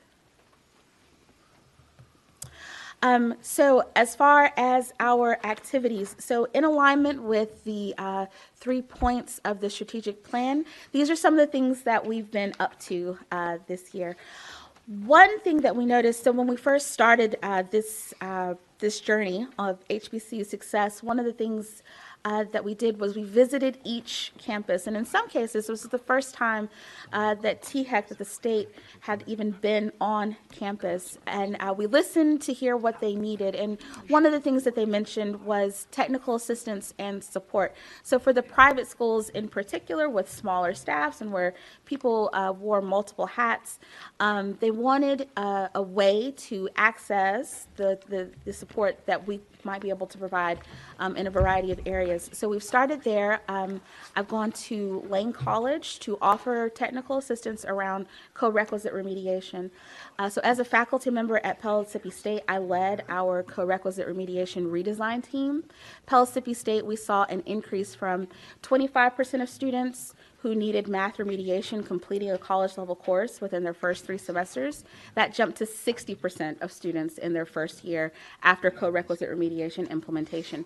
And so I've taken some of the good work, the great work that we've done at our community colleges, and we're working on implementing that at our HBCUs, because there's not a huge difference sometimes in the students that are enrolled at the community colleges and the students who are enrolled at our HBCUs. They see a lot of the same demographic issues and challenges. And so I think some of that collaboration is very important.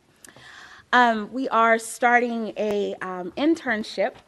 So another thing that we heard from campuses is that they wanted an opportunity for their students to participate in high quality internships over the summer, and they wanted access to those types of programs. The legislation was very forward thinking in that it included a line where state agencies also are to develop HBCU strategic plans. And so we're going to leverage some of that, and we're working with state agencies and also some business partners to set aside slots for our best of the best HBCU students, our cream of the crop, to place them in these internship positions, because we know that great internship positions turn into great jobs, and that's ultimately what we want to get our students to at the end of their time in college. So looking to implement that, summer 2019, we're looking to start with 50 students, and we'll have about 10 to 12 business partners that we'll place them with, and hopefully build momentum from there. As far as increasing opportunities to participate in state programs, 3 of our HBCUs are actually very involved with veterans education. So Tennessee State, Fisk University, and Lane College have all received Veterans Reconnect grants that Tom Morrison mentioned earlier. They're grants to the campus to prepare the campus to be a welcoming space and a transition space for veterans in higher education. In addition to receiving those grants, Lane College became the first private HBCU to be designated a VETS campus, which means under that VETS Act, they are now recognized as a campus that provides specific services and is a good place for veteran students to go. And we're really excited about that. We'll be celebrating that with Lane College in the coming weeks, their commitment to veteran education. And we're very happy to see that. And then finally, of the highlights from this year, very excited about our Summer Bridge Program grants. So one of the first things that Mike actually told me when we started off is, what are the low-hanging fruit, silver bullet kinds of things that we can go for? And Summer Bridge programs have shown great success in helping first-time incoming students transition into college. And so we're very happy to grant a total of $400,000 to the 5 undergraduate HBCUs to strengthen the capacity of their summer programs for their incoming students. And that's also kicking off this summer 2019. We're going to serve about 500 students across the state with that money. And hopefully, in building momentum in that summer before their first year, they will continue strong, and we'll see increases in graduation rates as well as persistence.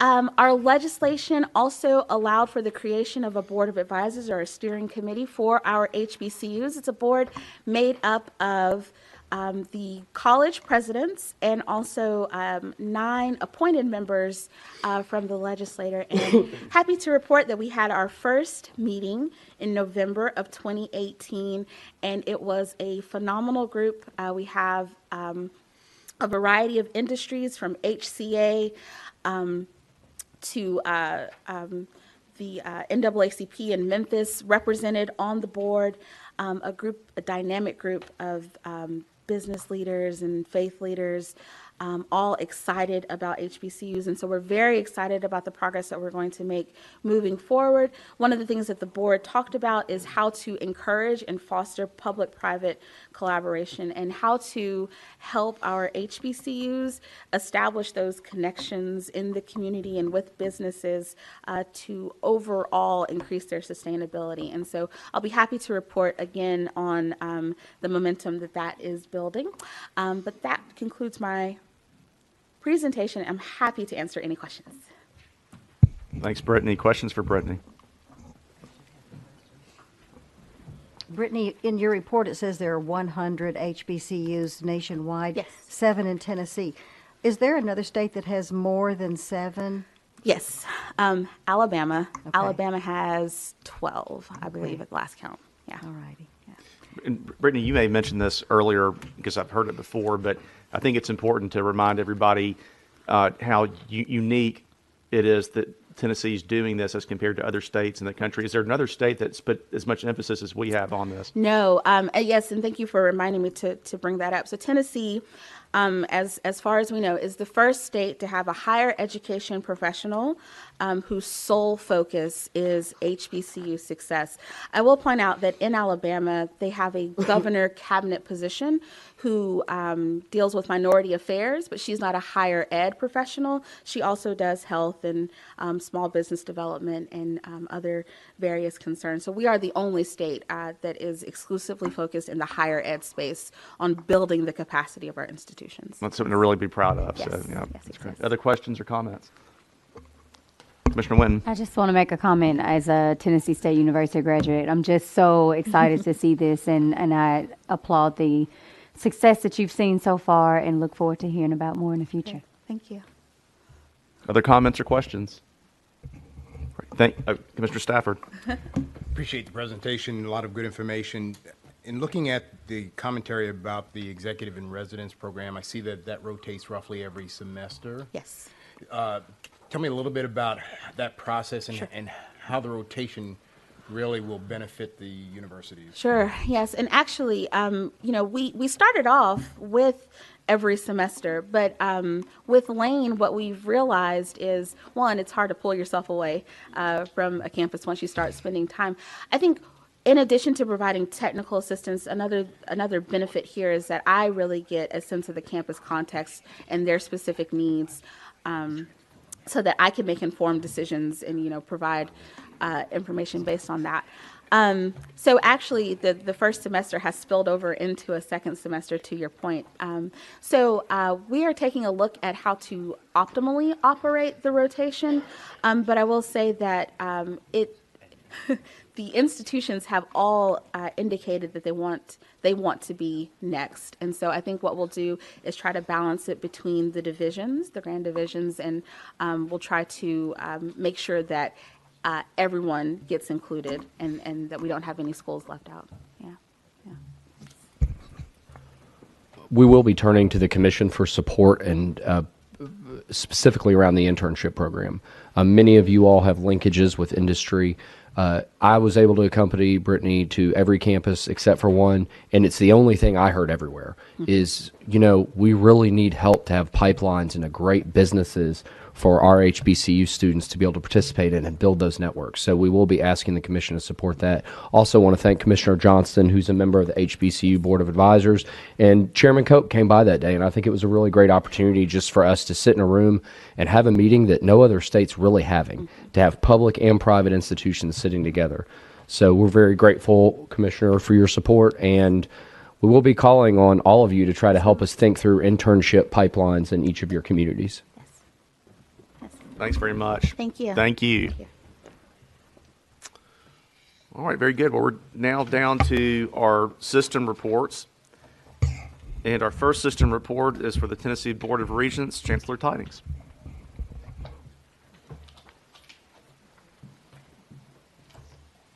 Good afternoon, and thank you very much for allowing me this time this afternoon to talk about what is happening at the Tennessee Board of Regents. First, on behalf of the board, I would like to thank and congratulate President Randy Boyd for the critical work that he's doing. We're glad to have him on board. UT has been our partner in so many ways over the past several years. Many of our students continue on in pathways, and 70 of our transfer pathway programs feed directly into your programs, and we had a great conversation at lunch that we intend to increase that number greatly. Members of the Commission, thank you for the approval today of your request for the upgrade of Motlow's off-campus site at the Fire Codes Academy to our off-campus center now. We believe that being able to offer the complete paramedic certificate program at the Academy closer to the center of Motlow's largest 11-county service area will greatly benefit the next generation of first responders in this area. We've all had a very busy winter since the last meeting in early November, but I'm going to mention just a few of the highlights of our system. The Board of Regents met in the winter December 13th meeting. The board approved 5 new programs at 3 separate TCATs, a mental health technician program at TCAT Chattanooga, a farming operations technology program, and a health information management technology program at TCAT Crump, and an administrative office technology program and a welding program at TCAT Jacksboro's extension program at Jellicoe High School. The board also approved a new AAS degree program in chemical engineering at Roane State Community College in conjunction with Oak Ridge National Labs, which has a growing demand for graduates of the program. Both Roane State and Chattanooga State have offered a certificate program in this field, but this is our first AAS program in the field and in any Tennessee community college. And as you know, all of our programs that we established are done so with advisory committees made up from business and industry. So anytime we bring a program to you, we know that there is a need and a demand within the community. We've already vetted that thoroughly.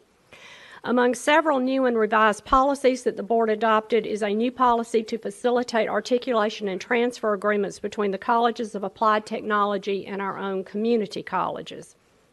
And I'm also pleased to report that the Regents named the Building Housing TCAT Murfreesboro's Smyrna campus and the Nissan Training Center as the Bill Haslam Center, in honor of Governor Haslam, citing his accomplishments for higher education and our Tennessee students. The naming committee at the Smyrna campus also cited our governor's vision for building as a public-private partnership, education and industry in the same facility. This state-of-the-art center opened in 2017 and operates both as a training center for Nissan employees and as a public technical college. Nissan's senior manager for training, Dan Caldwell, joined us at the board meeting and expressed Nissan's full support for this naming. I know that you agree that it's a very fitting tribute to our former governor who has done so much to advocate for education and workforce within our state. Since the last commission meeting, we've appointed 2 new presidents. I now feel like I have a full batting team to go to bat with, and after extensive searches, I'm pleased to report that Dr. Bethany Flora is the new president of Northeast State Community College. Dr. Flora was previously the associate director of the Center for Community College Leadership at East Tennessee State University, where she also served as an associate professor of post-secondary leadership in the Clemmer College of Education. She earned her PhD in higher education administration at Virginia Tech, her MA in organizational management at Tusculum University, and her BA in business and public administration at the University of Virginia's College at Wise. I'm also pleased to report that Kelly Cheney is the new president of the Tennessee College of Applied Technology at Knoxville. She was previously the Dean of Career Education and Workforce Development at Big Sandy Community and Technical College in Kentucky. She is just about to finish her doctoral degree in educational leadership at Eastern Kentucky University, where she has earned both an MA in Community College Leadership and a Bachelor of Business Administration. Presidents Cheney and Flora began their new duties on January the 2nd. We also have just launched a search for the next president at TCAT Pulaski to succeed Tony Creasy, who retired January the 2nd after 33 years of service to that college, all of which were at TCAT Pulaski. Dr. Lynn Goodman is serving as interim president there, and our goal is to have a new president in place by April the 15th. Recently, our colleges in the Knoxville, Chattanooga, Nashville, and Memphis areas worked very closely with the THEC staff to assist students of our 5 proprietary schools in those cities which did shut down, and you heard a report about that earlier today. This work and the scheduling information sessions with both counselors, financial aid, and admissions officers helped to very quickly enroll students and help them to continue their education once they had that news. I'm also happy to report that our 14th class of Maxine Smith Fellows has begun with 10 faculty and staff members from across the state, 7 from our TBR colleges plus 1 each from Austin Peay, East Tennessee State, and the University of Memphis. As you know, the Maxine Smith Fellows is a leadership development program for minority faculty and staff named in honor of the late Maxine Smith, a longtime member of both the Memphis Board of Education and the Board of Regents. The fellows meet 2 days of each month over the span of a year in leadership training and development. The members are nominated by their presidents, and this class is already showing great potential, and I'm sure that you'll be hearing more about their great work in years to come. 2 weeks ago, more than 200 educators from across the state participated in our second annual High Impact Practices Conference led by the Office of Student Success. High Impact Practices are data-driven teaching, advising, and experiential practices that help our students learn, advance, and graduate. In closing, I'm very excited to tell you that we began issuing our very first warranty on our graduates with this past fall graduating class. If you remember, our board approved this early in the spring, and this warranty is given to any of our technical college students upon graduation from any technical program. If an employer within 1 year of graduation says you do not have the skills for which we say we have trained you, we will take you back and retrain you for free. People are asking, what are you going to do if you have a lot of warranties to come in? I'm not anticipating to have a lot of warranties to come in, but in the event that we do, this is very valuable information for us. I started by telling you that our programs are developed by business and industry, very closely aligned with our advisory committees. If our companies begin to tell us that the individuals do not have the skills for which we say we have trained them, then we need to rewrite our curriculum. So it will be extremely valuable information and feedback for you, and I look forward to keeping you posted on how we do with that. One final note of which we are most proud that I do want to mention today is that professor from Roane State, Dr. Ted Strike, played a very key role with NASA and the New Horizons spacecraft, which flies by Pluto. I wanted you to know of this accomplishment because, again, it sets Tennessee apart from other states in the nation. Professor Strike teaches English and philosophy at Roane State, but he is an amateur astronomer who has developed an expertise in analyzing images of space objects sent back to Earth from NASA spacecraft. NASA invited him to join as experts in the Applied Physics Lab at Johns Hopkins University in 2015 to analyze images that were sent from Pluto. And they invited him back with this latest journey of Pluto, and he was there for New Year's Eve and New Year's Day to help analyze the data of the images as they were coming back from Pluto. So to say that we only do workforce development would be a misreport because we educate everybody all the time. Thank you so much for this report. Do I have any questions? Any questions? Yes, ma'am.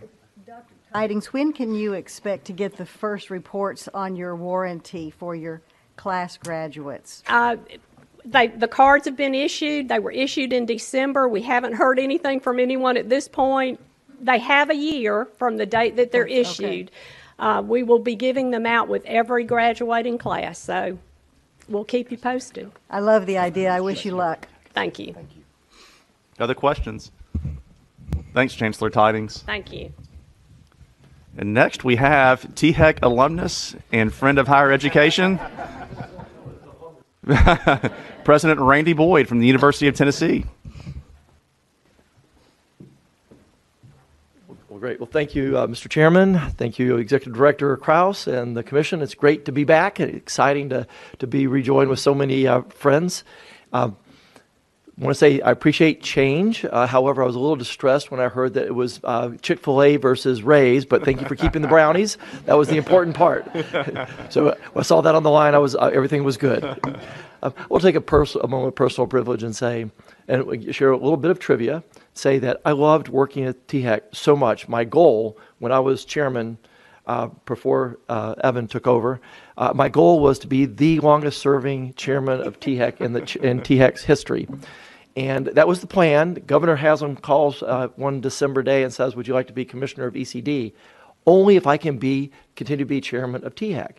And we thought about it, wouldn't this be great? The person in charge of economic development, also in charge of higher education. We're always talking about having these two things aligned. So it would be the perfect scenario. Unfortunately, late in January, right before the swearing in, somebody from the governor's office calls and says, I'm sorry, legally you can't be both, so you're going to have to resign from THEC. So if you get nothing else out of this, know, as a piece of trivia, the shortest serving chair of THEC ever is Randy Boyd. So, It was a great it was great tenure, and things have continued on well. I thought I would share with you the 6 key objectives that we have at the University of Tennessee over the next 2 years during my tenure there. The first objective is a succession plan. Specifically, we need to get a new chairman or a new chancellor for the University of Tennessee, Knoxville. And second, next year, we'll need to get a successor for myself.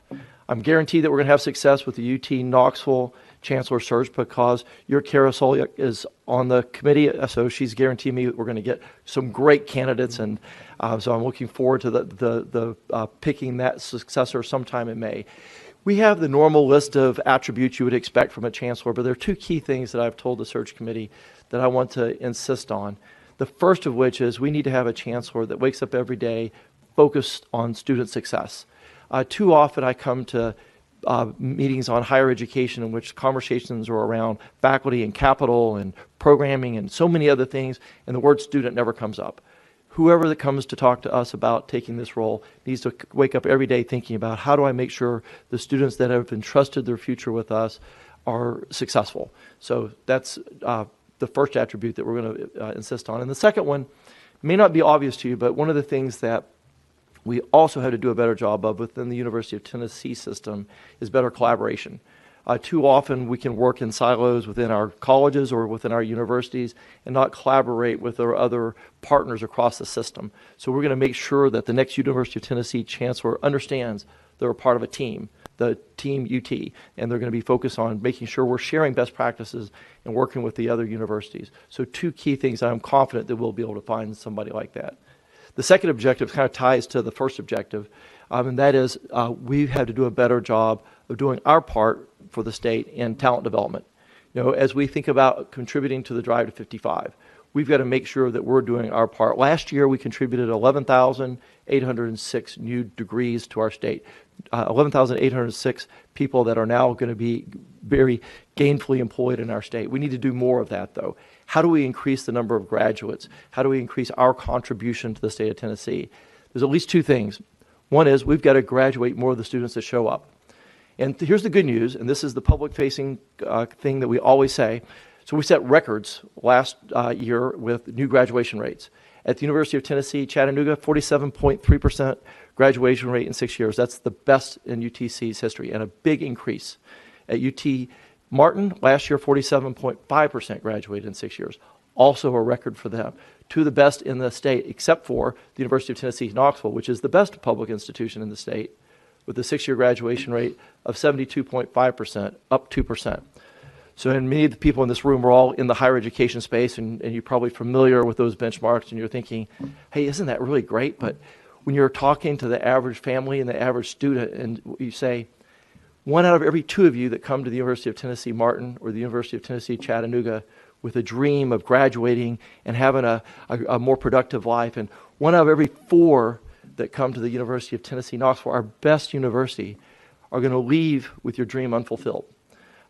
That doesn't feel right. We can do better. And what's the cost of this? The cost, we've actually done the math and figured out if we were actually to graduate equal to the state of the University of Florida, Tennesseans would make $1.2 billion more in their lifetime just as a result of us matching Florida. Now, Florida's graduation rate's 87% over 6 years, and I've had it by some close advice from some of my experts on my team that Florida cheats. They actually do a different math than we do, but Georgia's rate is 86%, and it is pretty much apples for apples the way we count. And so if Georgia's at 86%, we can be at 86% too. It's great beating Georgia and Florida on Saturdays during the fall, but it's more important to beat them Monday through Friday in the classroom. And so we're going to be riveted on doing that. And there are some things, very many things we can do to make that happen. And the second part of that output is also just increasing our enrollment. And here's a stat that maybe you might not have heard. One that you did hear, we had the highest freshman class ever at the University of Tennessee, Knoxville, which we're proud of. But when I heard that number, I thought, well, I wonder how that compares relative to the other SEC schools. It turns out from the year 2006 to the year 2016, compared to the other 14 SEC schools, in enrollment growth, we were dead last. So every other SEC school grew faster than we did. We need to do a better job of going out and recruiting more students. And we can do that in many ways. I'll share one big opportunity, and that's working with TBR and our community colleges and doing a better job of transferring students. 60% of the students that sign up for the Tennessee Promise, when they sign up, say, you know, when I graduate from my community college, I'm going to transfer to a four-year school to get a four-year degree. 60% have that dream. 12% actually do it. We're losing 48% of those students somewhere in that 2 years. We're going to work with TBR to make sure that we can make this pathway much more seamless and more successful for more students. Many things we can do around that. The third goal is we've got to do a better job on research. You know, there's 17 national labs in the country. This is where all the great science is done in our country. 7 of them are managed by a university. The best, unarguably, in the United States is Oak Ridge National Labs. And yet, we're managing this best lab in the country, and we're 72nd in research. We can do better. We're going to work hard to enhance that relationship. We've got some big ideas. Fortunately, Oak Ridge National Lab also is very excited about increasing the relationship. So a big opportunity there.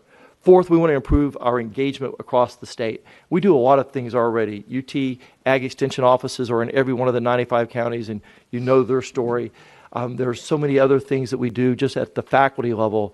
A great friend of mine at University of Tennessee, Knoxville, helps us create something called the Full Service Community School that's changing lives at primary schools throughout Knox County. And there's hundreds of other examples like that. But the one big missed opportunity is we don't really work well together across the system. And I'll give you just one big example. About 2 months ago, prior to actually officially my first day on the job, I went to the College of Social Work in Knoxville, and they're doing some really great work on working with people that have become addicted, and we're working on their social inputs and helping them to get back on their feet. And they've put some really amazing work. And after listening to them talk for an hour, I asked them, well, I'm sure you must know the Health Science Center over in Memphis and some of the great work they're doing on providing better education around prescription drugs. And they said, no, we've never actually talked to them. We've never didn't even know that they were doing that kind of thing. Well, did you also know that Oak Ridge National Labs has a researcher that has access to the supercomputer and 1 million veterans' health records, and is doing some research around predictive analytics on why people would get addicted? The University of Tennessee's medical hospital, we have a Dr. Tower that's doing work on trying to find, or actually has got a protocol to help prevent NAS babies babies being born with NAS. We've got all these great people doing all this great work, and they've never talked to each other. And in fact, they're not even talking to the people in the community. So yesterday, we had our first opioid summit, where we brought all those people together, along with people in the community and at the state level. I think that's just an example of how if we can concentrate our efforts on just a few key crises or key opportunities in our state, we can have an even bigger impact. So that's the fourth objective, bigger impact across the state. The fifth objective is we want to do a better job of being more efficient and more effective in the things we do. One of the things I found early on is the campuses had questions about how effective the system was in delivering services at value. So we created a task force to try to make sure that everything that we do, we're doing efficiently in the right place. Should it be done at the system, or should it be done at the campus? And wherever we do it, make sure that we account for it and we can prove the effectiveness. And the final thing is, and if we do those 5 things right, I think this final thing is solved for mostly, and that is we've just got to build our brand. We've got to do a better job of building the brand of the state of the University of Tennessee. And I think we've got a story to tell that we haven't told well enough. So we're excited about telling that story. There's going to be some practical things to help maybe change our perception, and one of which is a new transparency initiative. We've looked at some best practices across the country and seen other universities that do a much better job of providing information to the public. So we've got a new Transparent Tennessee, and you can go on this website and find everything from faculty workloads to salaries to everything that we can possibly think of. Anybody that's ever asked or given us a FOIA request over the last 2 years, rather than waiting for people to ask us for stuff, we're just going to put it out on the website in advance. We're excited about the work we've been doing. We're excited about what the university has done in the past, but we're even more excited about the future. We've got a sense of urgency. I'm only here for 2 years, so we've got a lot of work to do in a very short amount of time, but we've got a team that's motivated and excited and looking forward to working with all of you and supporting you over these next 2 years. Thank you very much. Thank you very much, President Boyd. Questions? Great. Thanks very much for your Thank you. report. President White.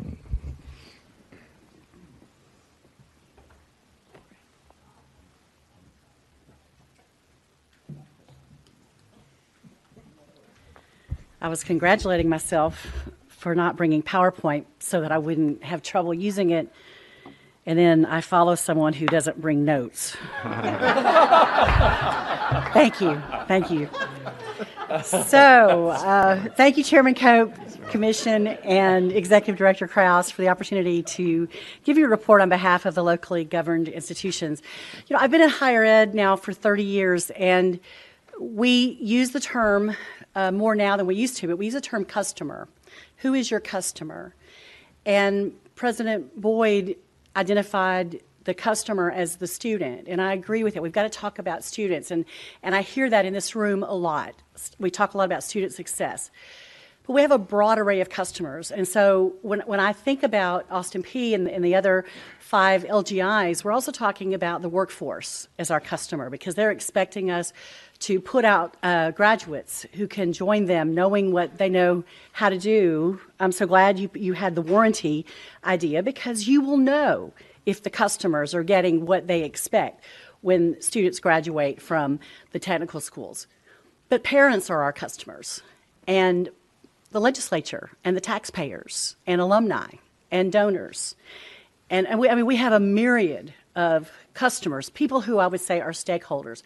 And one of the things to remember in higher ed in Tennessee is that we have a broad array of institutions who have different types of stakeholders, including the HBCUs. So you are programming specifically for all customers, but also providing some support to a specific sector of that customer or stakeholder base.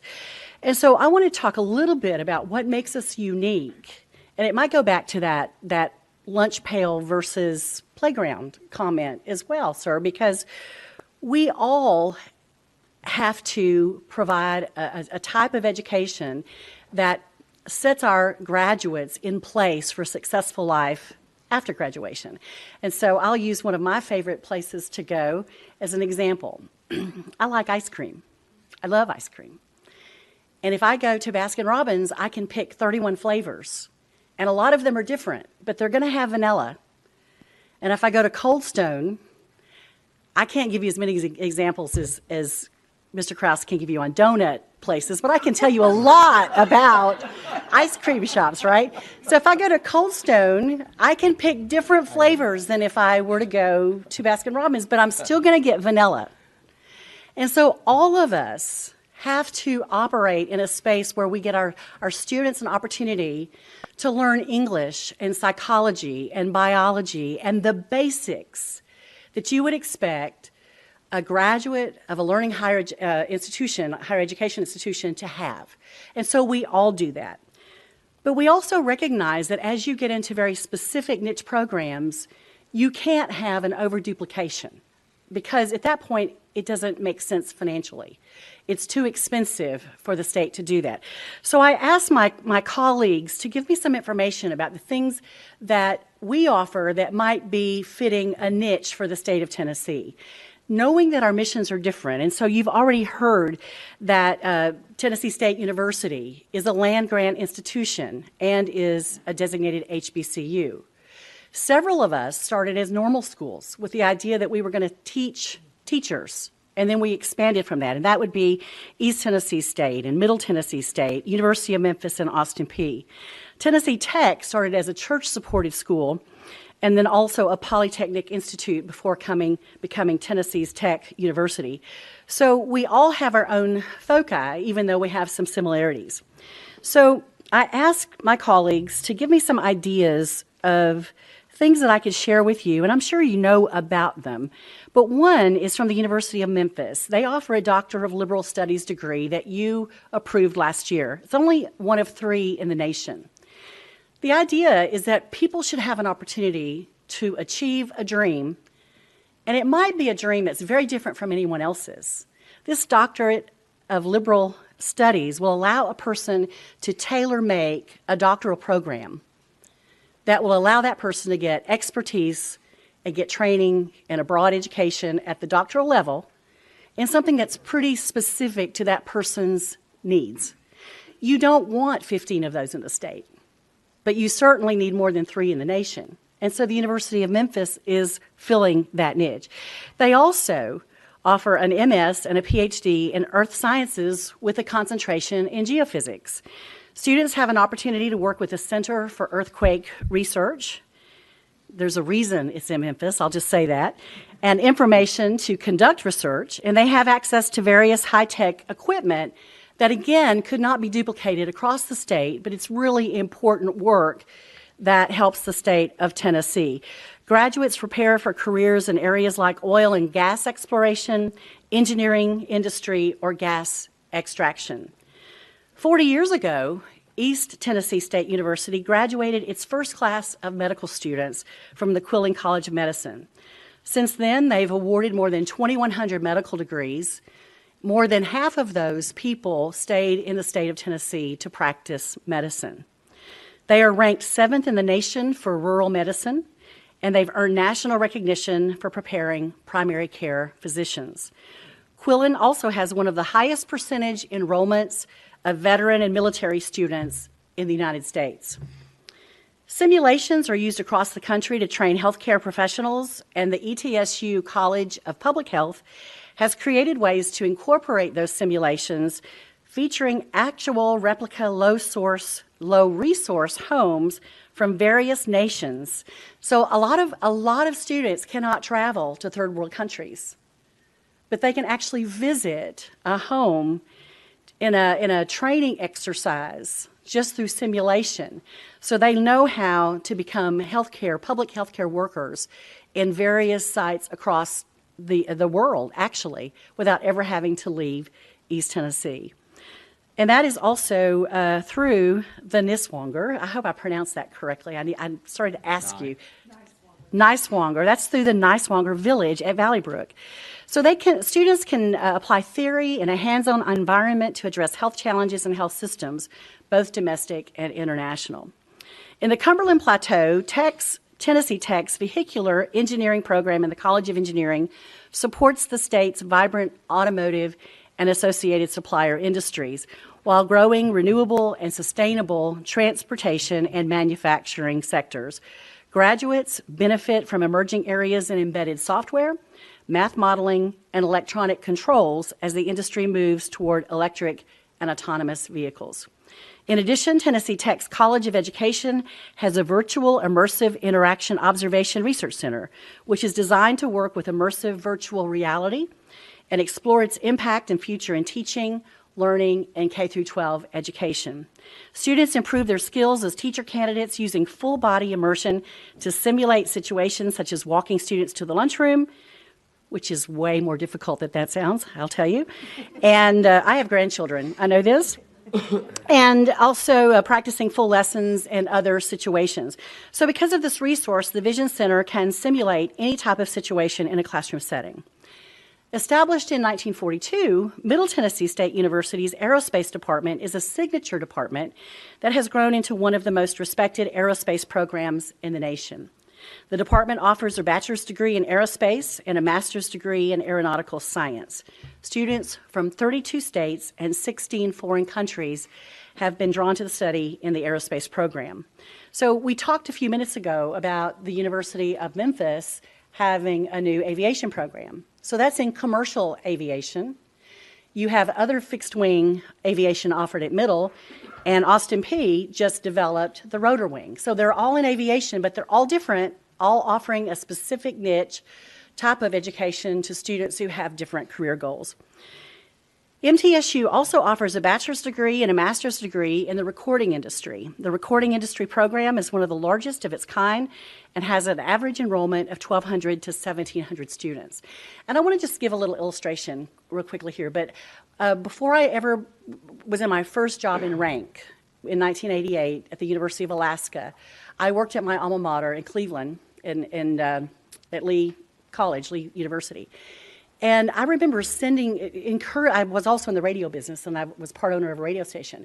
I sent students to MTSU, and that was more than 30 years ago, because they were known for their work in the recording industry. When I was at my last institution before coming to Tennessee, I was provost at a university in Texas. We came from Texas to ETSU to look at their pharmacy school and used it as a model to start a pharmacy school in Texas. I've been to THEC's Vision Center because I'm a great stealer of ideas, right? We haven't done the same thing, but I want to know what people are doing. So the things that they're doing in the state, it's not just that we're sharing in the state, but people from other states are also coming to look at some of the niche programs that are offered in Tennessee universities. So I just mentioned that we developed this bachelor's degree in aviation science with a concentration in rotor wings. And yes, even though I did do a tandem jump with the Golden Knights a couple of years ago, I have not yet gotten inside that helicopter. But I'm going to be trying to get my courage up, and if I do it, I will bring a picture at the next meeting. And if I don't, you'll never hear about it again. But, you know, almost every modern industry, moving on from the helicopter side, but almost every modern industry relies on data. And so Austin Peay offers a Master of Science and a Professional Science Master with a concentration in predictive analytics. We've got to be able to understand patterns. We need to be able to predict what's happening. And frankly, it's not just what we know in our own realm, but what's happening across the country, what's happening across the world. And so our students will be able to work with companies, systems, governments to predict, similar to what's happening in the HBCU space. You are looking at data and analyzing patterns. And so our students are taking coursework in regression and generalized linear models, database management, and their graduates from that program are working at places like FedEx, Asurion, and the Tennessee Department of Health, and we're proud of them. So I'll just leave you with this. I just appreciate the fact that you are creative about solutions. Tennessee is the best place in the country right now for higher ed, and it's because we're not always doing the same thing the same way we always did. And just because we haven't done it before doesn't mean we're not going to do it. And so thank you for having that attitude at the same time as keeping us accountable. And I also want to thank my colleagues at the other LGIs, because we do talk a lot and we work together a lot, and it really is a privilege to represent them. So do you have any questions? Questions for President White? Thank you. Thank you very much. Thanks. Okay, well, we were at the end of our meeting. In terms of just closing business, our next quarterly meeting will be May the 17th, 2019. And I don't know, Director Krause, if you have anything you want to add here at the end, or... As always, appreciate our staff, Heather King, Jessica Powers, Corsania Wiley, Laura K. Crawford, that make these meetings possible and so successful. Yep. Thanks very much, and thanks all of you for being here, and we'll see you in May. Meeting adjourned. Good meeting. Yep. Yeah. 1:55. It's great. On schedule. Right on time.